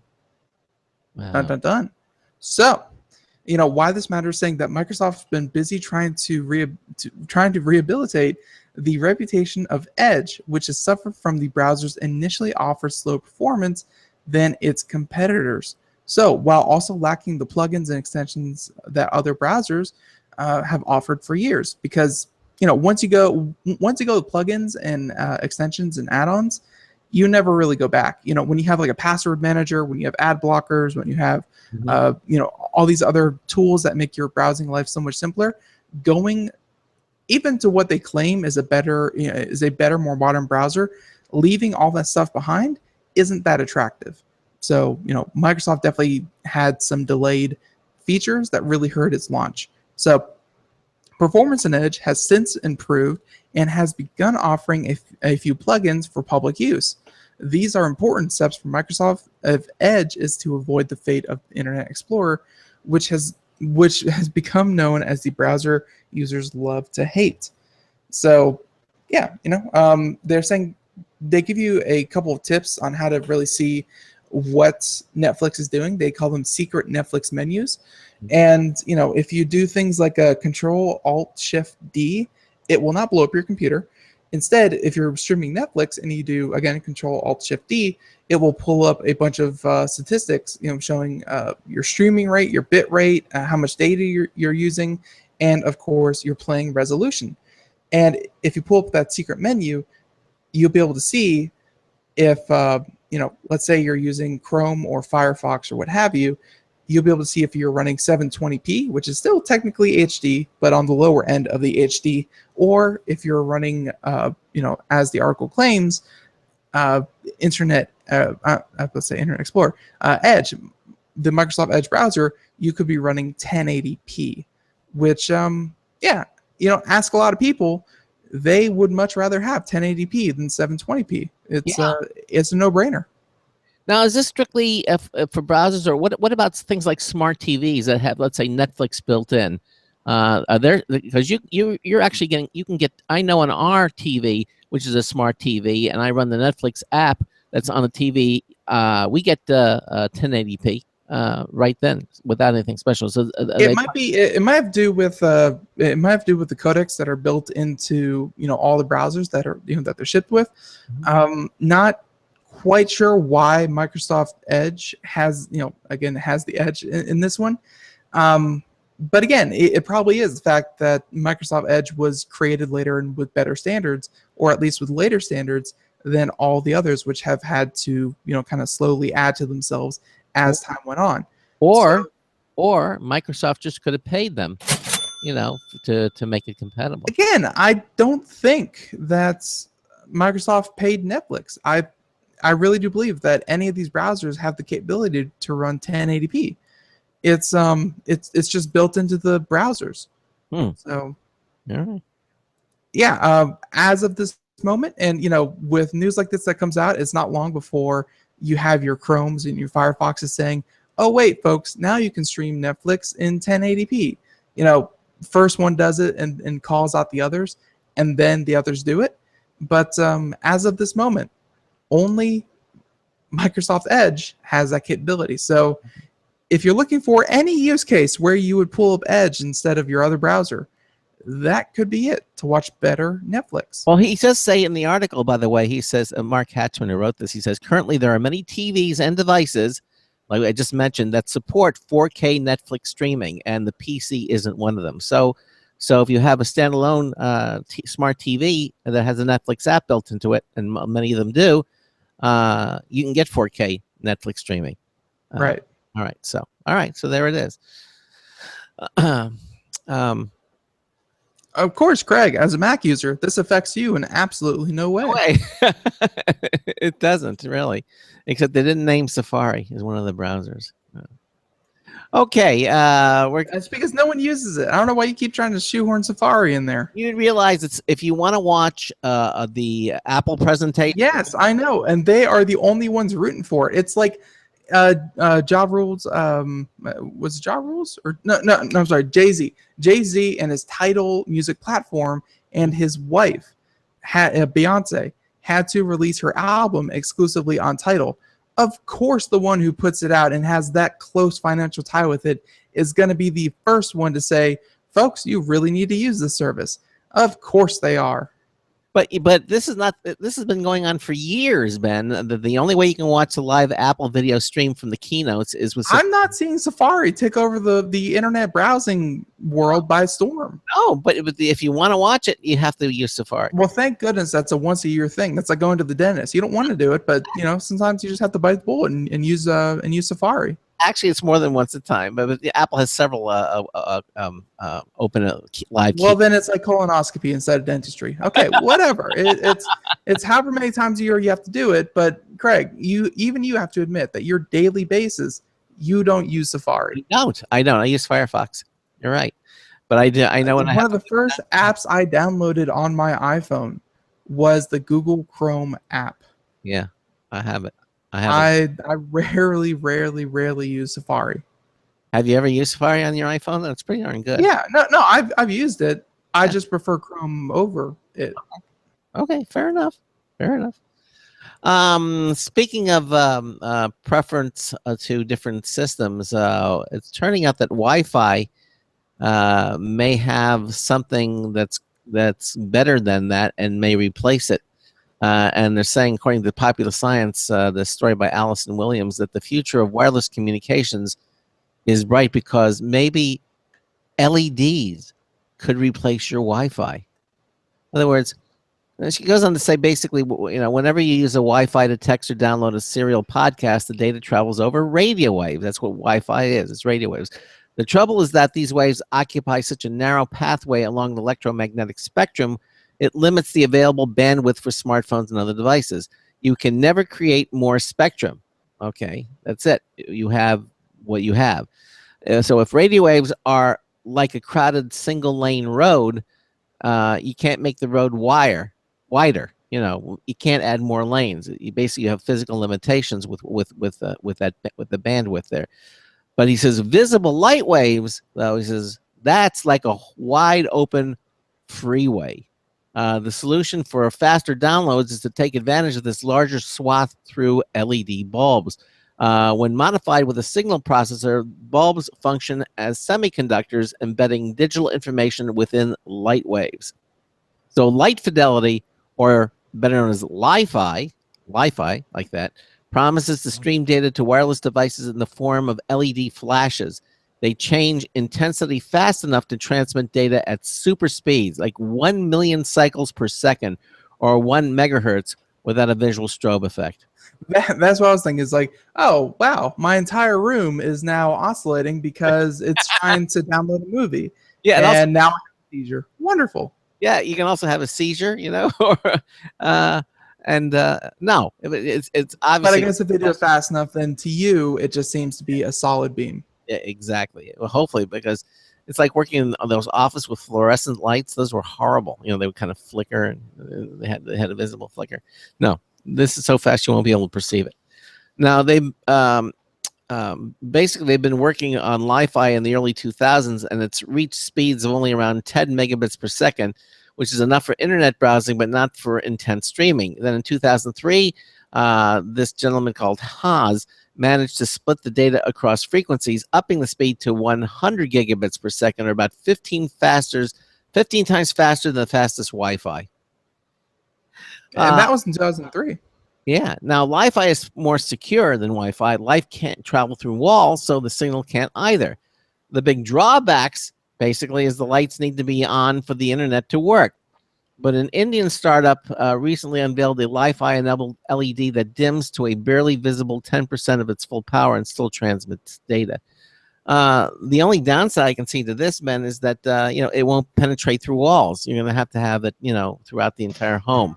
Wi-Fi still does travel through walls. You don't, and it does a fairly good job of that. Oh my goodness, we're at the bottom of the hour. We're going to have to break, and then we'll continue on.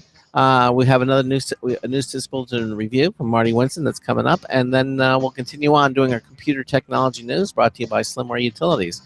We're going to pause, and then we'll be right back. You're listening to the Computer America Show.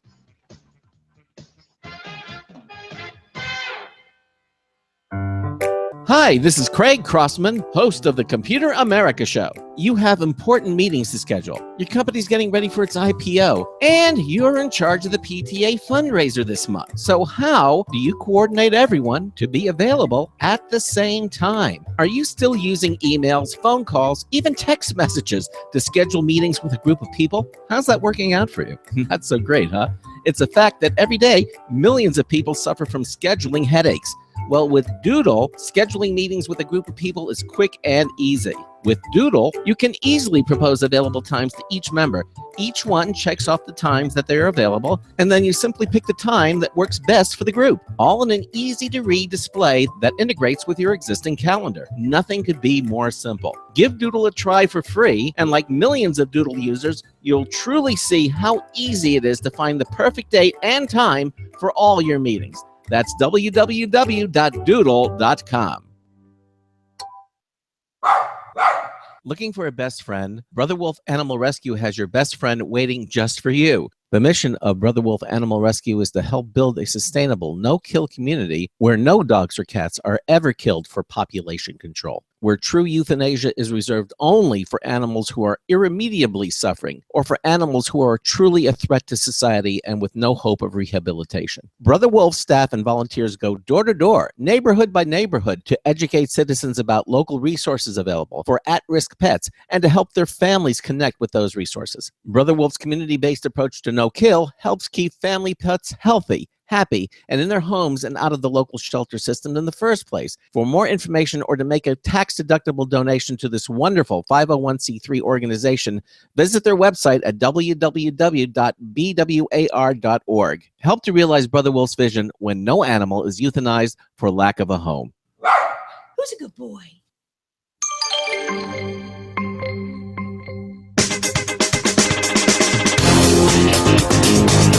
Whoa, good thing. When he tried going back to school, they arrested him. Hi, I'm Marty Winston with the News Tips Bulletin Review for Computer America. This time, TP-Link sent their model RE350K dual-band Wi-Fi range extender with AC1200 support, so it's fast. But even more impressively, this is a plug-in wall wart device that doesn't block the adjacent outlet. Hurrah! It uses an app-based setup that by default maintains the same passwords as your existing Wi-Fi, or you can change them. You can also provide the same network name or a new one. You put it at a point where your original Wi-Fi coverage begins to decay, and it carries everything for another hop away. Bottom line, the TP-Link AC1200 Wi-Fi range extender is a set and forget cure for weak Wi-Fi. Marty Winston, News Tips Bulletin for Computer America. And welcome back to the Computer America Show. 33 minutes past the hour here as we are doing computer and technology news brought to you by some utilities. That was interesting that he's just talking about Wi-Fi, and we're just finishing the story about Li-Fi that might make it obsolete. You know. Exactly, and other than the one glaring, no offense because of light, but the one glaring problem is that it can't travel through walls, which we actually take for granted here in a lot of use cases with Wi-Fi. So, Craig, if you'd like to finish. Yeah, but that one glaring thing might actually be a feature too. If you're interested, if you're worried about security, that's actually a good thing because Wi-Fi can't penetrate walls, and so you have a more managed environment. Yeah, but then you have to worry about mirrors and people redirecting your data. But then your data all comes backwards. Bounce your data all around, Yeah, it's like you bounce it up into the AC vents, and then the AC vents, you have a system of mirrors that point it out to a car that, who knows? Now, what is this video? It looks like a pool table. What is this? Oh yeah, no, I just sent that to you. It's a virtual reality pool table, and this guy is trying to shoot pool, and he falls over because he's in virtual reality, and he is not in front of a pool table. See that? Okay. So. Anyhow, we're finishing the story. This Li-Fi tech's impact could be greatest in regions without existing internet infrastructure. A single LED outfitted street lamp could serve as an internet hotspot for homes and villages in a developing area. All it needs is a receiver to embed the data in the flashes. It took 15 years for everyone to get Wi-Fi, this gentleman Haas says.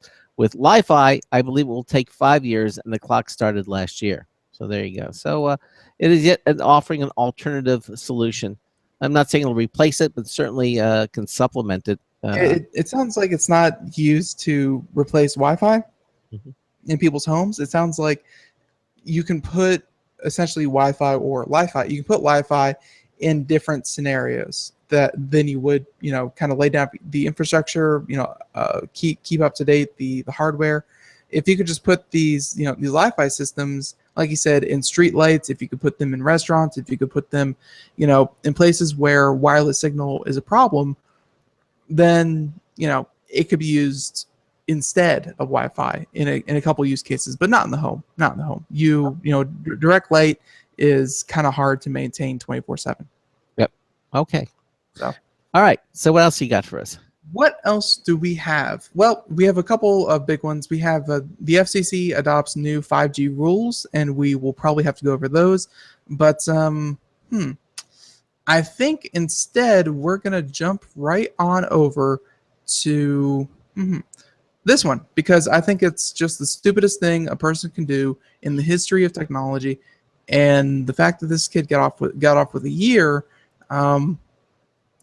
still even a year, good warning case. Really want to put this out there that don't swat people, folks. It's not that hard. But so this is from Tech Dirt, and a man who doxed dozens of people and engaged in 19 swattings nets only 1 year in prison. No way.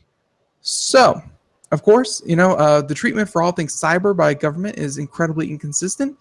Give someone a password so they can deface a website for 40 minutes, and it's 2 years in jail. Whereas dox, swat, and cyberstalk multiple people in and the best court and the best the court can do is 2 years minus time served. So the end result is 1 year in prison for Mir Islam, who, and that is his name, folks, who doxed multiple celebrities and politicians, as well as called in fake threats that resulted in swatting of at least 19 people, including security researcher Brian Krebs, who uncovered Islam's doxing tactics. So, and again, for those of you who may not know what doxing or swatting or cyberstalking really entails, doxing is going online, finding the person, and kind of like social engineering, but you try to find as much information and you get a little piece of information and you expand that more and more and more until you find all of the personal information available online. So, you can find someone's username, search for that username, find someone's username on someone else's forum, take that and find their home address, find their phone number, find their email, find all kinds of, essentially cyber stalking, but, essentially finding all the information you possibly can. And of course, using that for nefarious deeds. And then the other one, swatting, is when you call in a fake SWAT threat saying, so-and-so, there's a risk of so-and-so. And they send, and of course the police, not knowing, not wanting to take the chance of it being a false alarm or not, they send over police officers with guns drawn to what they can only assume is a credible threat.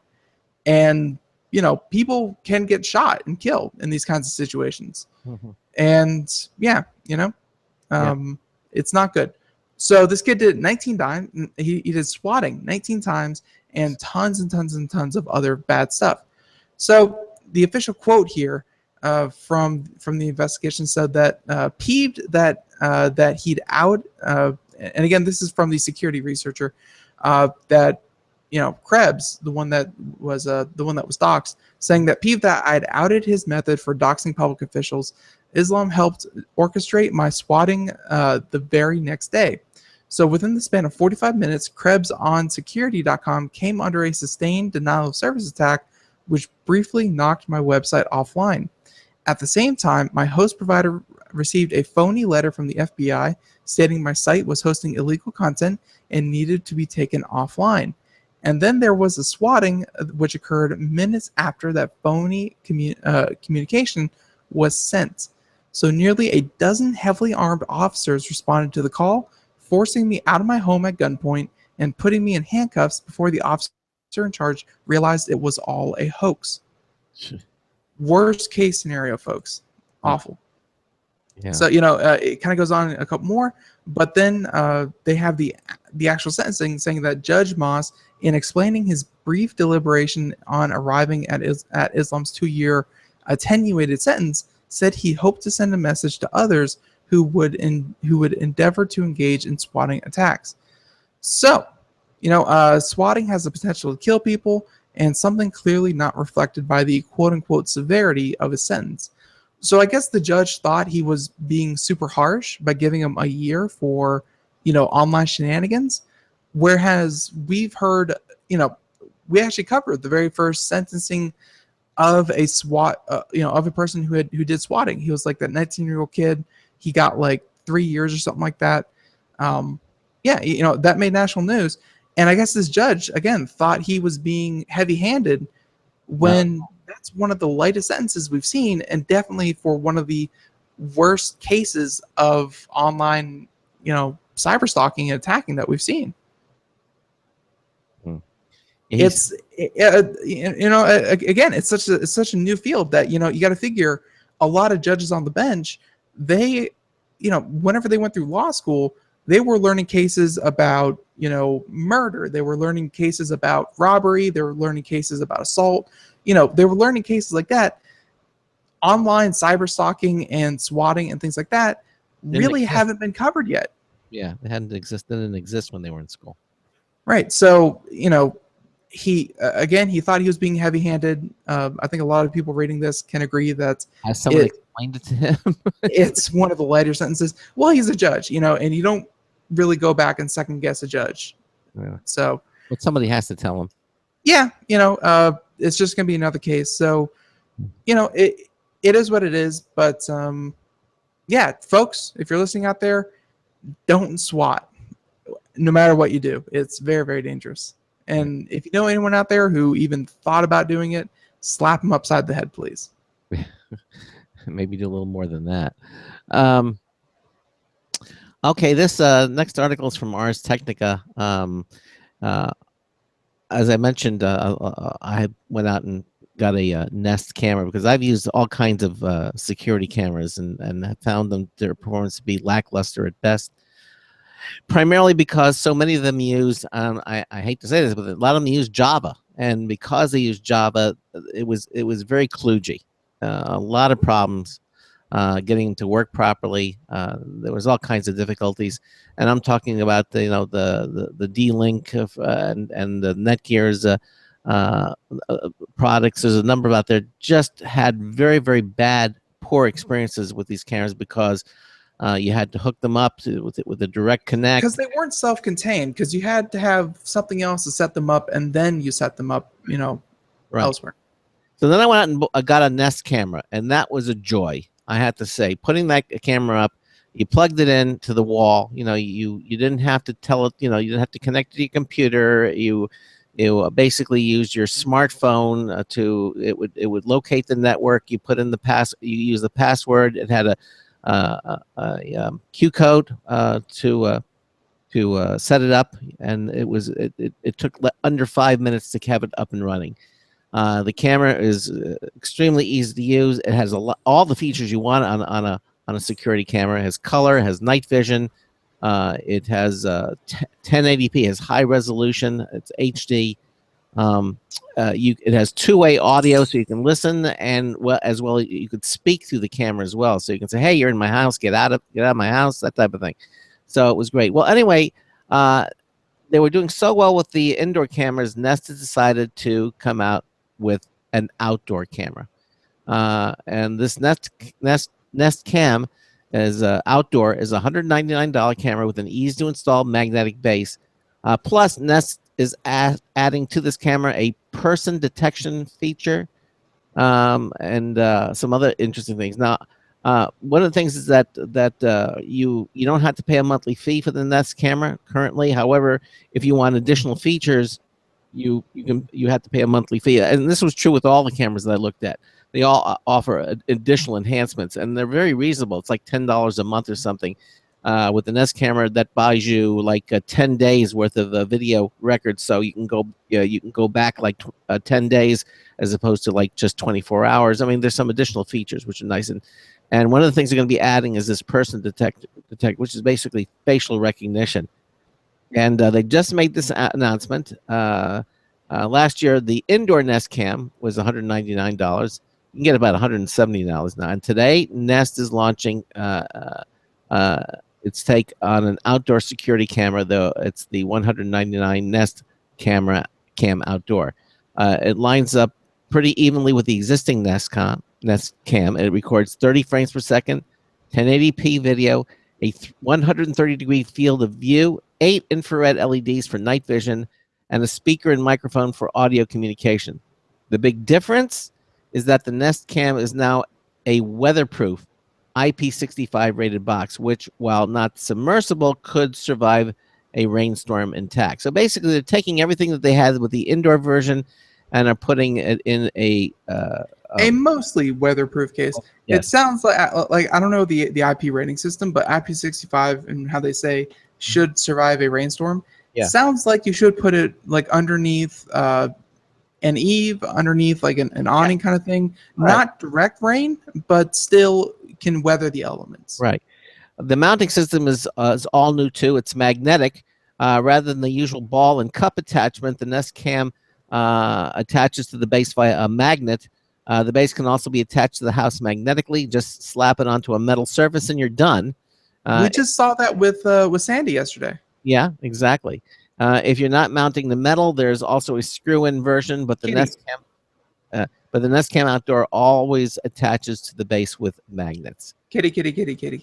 It was Kitty was the webcam we were talking about yesterday that had the magnetic base. That's right. And system that I thought was so cool, and it's good to see Nest also using it because I can see it having a lot more flexibility if it's just magnetic rather than, ball and cup.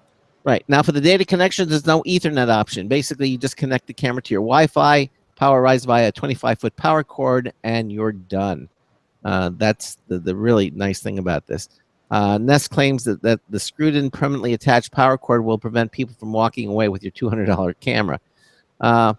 Like the indoor Nest Cam, if you want to record video, you'll have to pay Nest a subscription fee every month for the Nest Aware cloud service. That's 10 days worth of video history, and that's $10 a month. And $5 a month for each additional camera, which I think is fairly reasonable. If you want 30 days of video history, it's $30 a month for the first camera and $15 a month for each additional camera. Basically, it's just using the cloud services to record video for a long. You can go back further. So if you want to see what happened 2 or 3, 4 days ago, I found that the 10-day feature was more than sufficient for the Nest Cams. But depending upon your use, they do offer those options. Now, Nest is using machine learning to enable something called person detection in the cloud. This is kind of cool. If you pay for Nest Aware, the Nest app will alert you when the camera sees something that looks like a person rather than just any motion. That was the one thing that drove me kind of crazy, is that with the Nest camera indoors, if on a cloudy day and you had a lot of shadows moving, it would pick that up and would give you a false read. The changing from light to dark could count as motion. Motion, exactly. But evidently this technique they're using will cause less false positives. And again, the video seems very, the video seems very cool in the fact that they give a lot of use cases. There we go, where you can tap in with your smartphone and be able to see it directly, and also give the voice commands, things like that.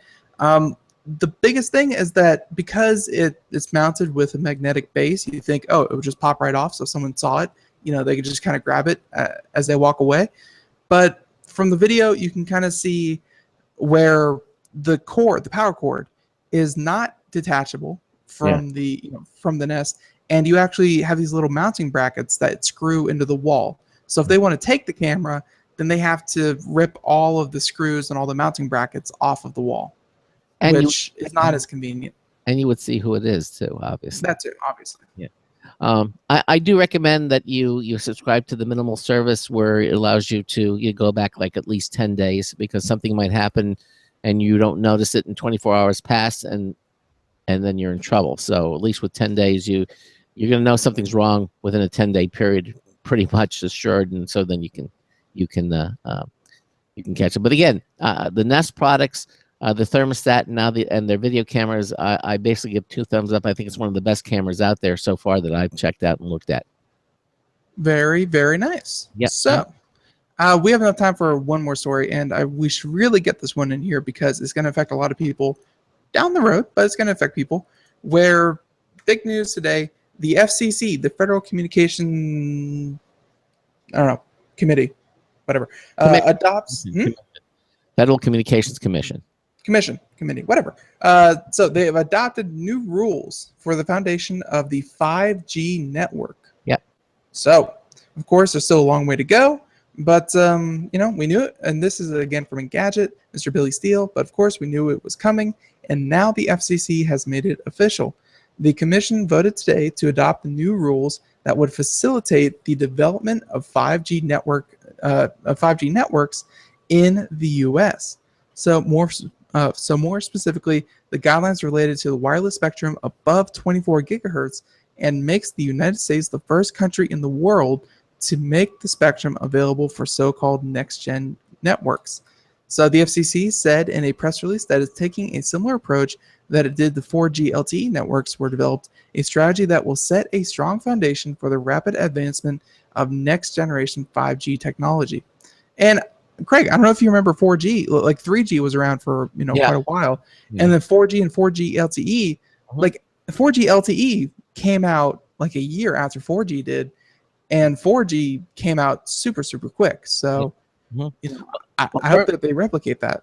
Currently, 4G LTE is currently the fastest. I know, but it came out so quick after 4G came out. So obviously, if you put the standards out there that let the hardware manufacturers and stuff like that, and the cell phone carriers be able to implement the technology with a strong set of rules on what really constitute 5G, then the technology can of course kind of percolate very, very quickly. So of course 5G technology is still being developed, but the new rules would provide clarity as companies begin to invest in it. This includes opening up 11 gigahertz of spectrum for flexible, mobile, and fixed-use wireless broadband, with 3.85 gigahertz for the licensed spectrum, and blah blah blah blah blah. But yeah, they have a couple more standards for which gigahertz are allotted to which companies and which uses. But yeah, they're saying that AT&T and Verizon have already revealed plans for 5G tests, and others will likely follow in the near future. So according to the FCC, the new rules also aim to facilitate innovation without letting regulation hold up the process. So the commission approved a set of services and technical rules, quote, to allow new technologies and innovation to evolve and flourish without needlessly prescriptive regulations. Because when a new standard comes out, it can be very, very easy for everything to be so exacting that you actually hinder any kind of new technology that's coming out by making sure it fits it to a T. So, of course, guidelines are also in place to balance all the different use cases for 5G, from wireless services to satellite to federal use. So, if you're looking for more information, of course, there's a link in the article here. But from what we have heard from 5G, it's not just a speed increase. While it is a speed increase, I think it goes up to 10 gigs a second. Yeah. Wireless, so incredibly fast. But it also does crazy multi-channeling. So if you have multiple devices in your home, if you have multiple devices on one network, this handles multiple channels very, very, very well. So it should alleviate a lot of congestion that you're seeing even build up on 4G networks. This is going to be useful for use cases like more cell phones, more tablets, of course. But when you start throwing cars into the mix, when you start throwing appliances into the mix, when you start throwing T-shirts eventually, toys, when you start throwing everything onto a 4G LTE network, it's just not going to have the bandwidth that you need. So 5G is hoping to alleviate all of that before it becomes a really true problem. So looking forward to 5G. Of course, a lot of timelines that we've seen here on the show put it, like testing ending like 2019 and rollouts really officially beginning in 2019, 2020. So it's still a good 3, 4, 5 years in the future, but it's just what the doctor ordered when we have everything becoming an Internet of Things. Very fast wireless communications. Very fast and multi-channel. Yep. Can't wait for it to get here. Before you know it. Yeah, before you know it. Hey, do we have time maybe for one quick more story? Yeah, if you got a quick one, go for it. Engadget. Dish is now announcing a new TV remote that listens to your voice commands. Okay, well, yeah. But it only works with a Hopper 3 and the 4K Joey. Okay. See, Craig, you said it would never happen. I told you, voice commands are going to be a thing with remote controls. Yeah, it certainly seems that way. Of course, you can save energy by talking to your gadgets and letting them do the work for you. So it's no surprise that Dish wants to help you with that too. Dish has introduced its aptly named Voice Remote, which lets Hopper 3 and 4K Joey customers search for content with spoken commands. Results populate based on movie or TV titles, genre, as well as actor names. Additionally, the new remote features a clickable touchpad for easier navigation, backlit keys, and support for 2 IR devices. So if you're a Dish subscriber with one of the aforementioned boxes, you can get the voice remote starting today for only $30. And there are a lot of them. Xfinity is another one. They've just announced and they're already promoting their voice remote controls. I think Xfinity is also Dish though. No, it's a separate one. Xfinity. Or is Xfinity Verizon? I believe it's. I'm not sure, but it's not Dish. I know that. But Comcast. That's who it is. Comcast. Okay. So Xfinity has announced it. Of course, Apple TV has a voice command. So it looks like voice navigation for these devices is catching on. And I predict that it's probably just going to permeate itself through all of the... I'm sure DirecTV will probably have a voice remote somewhere down the future. Like, touch gestures were cool, and I'm sure they still have a couple of use cases, but I think voice command really does serve a purpose. Again, it's not going to be as rigid as you have before, Craig, where volume down, volume down, volume down, volume down. Yeah. No, it's going to be a little bit smarter than that. We're going to say, turn down the volume, and it's going to go from 50 to 10 or whatever.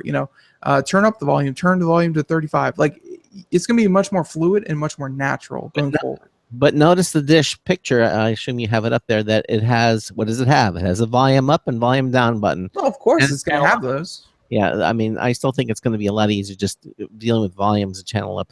But again, if you're looking for something, what a great way to find it. Just search for, find me all the Clint Eastwood movies, that type of thing. So certainly would make things a lot easier. Craig can't see it. I see a day when you can fully talk to your television with no remote required. Yeah. I see the day. I have a dream. I believe. Okay. Hey, listen, I want to thank Dean Mercier from GAEMS on being on the first hour. Again, thank you to him. And Ben will be testing out their system, their rail systems. He's going to have both of them. He'll be reporting to us how he uses them. Coming up on tomorrow's show, though, Tiffin is going to be joining us. Tiffin 90 seconds. actually makes different lenses and devices. They have a lot of cool camera equipment that I think a lot of you are really going to enjoy hearing about. Yeah, it is. It's going to be a very interesting interview. We're going to have Michael Casara, who is the marketing communications manager for Tiffin, is going to be joining us tomorrow. That should be very, very interesting.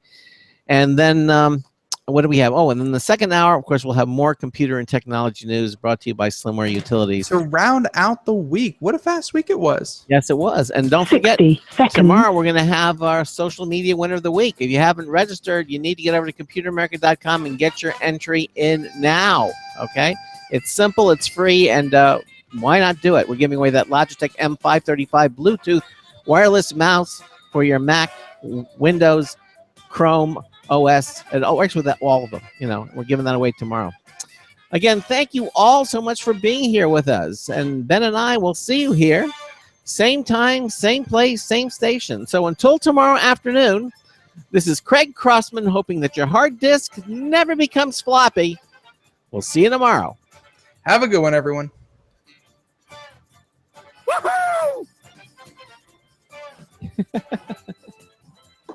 Play Pokemon Go. Yeah. 10 seconds. That too.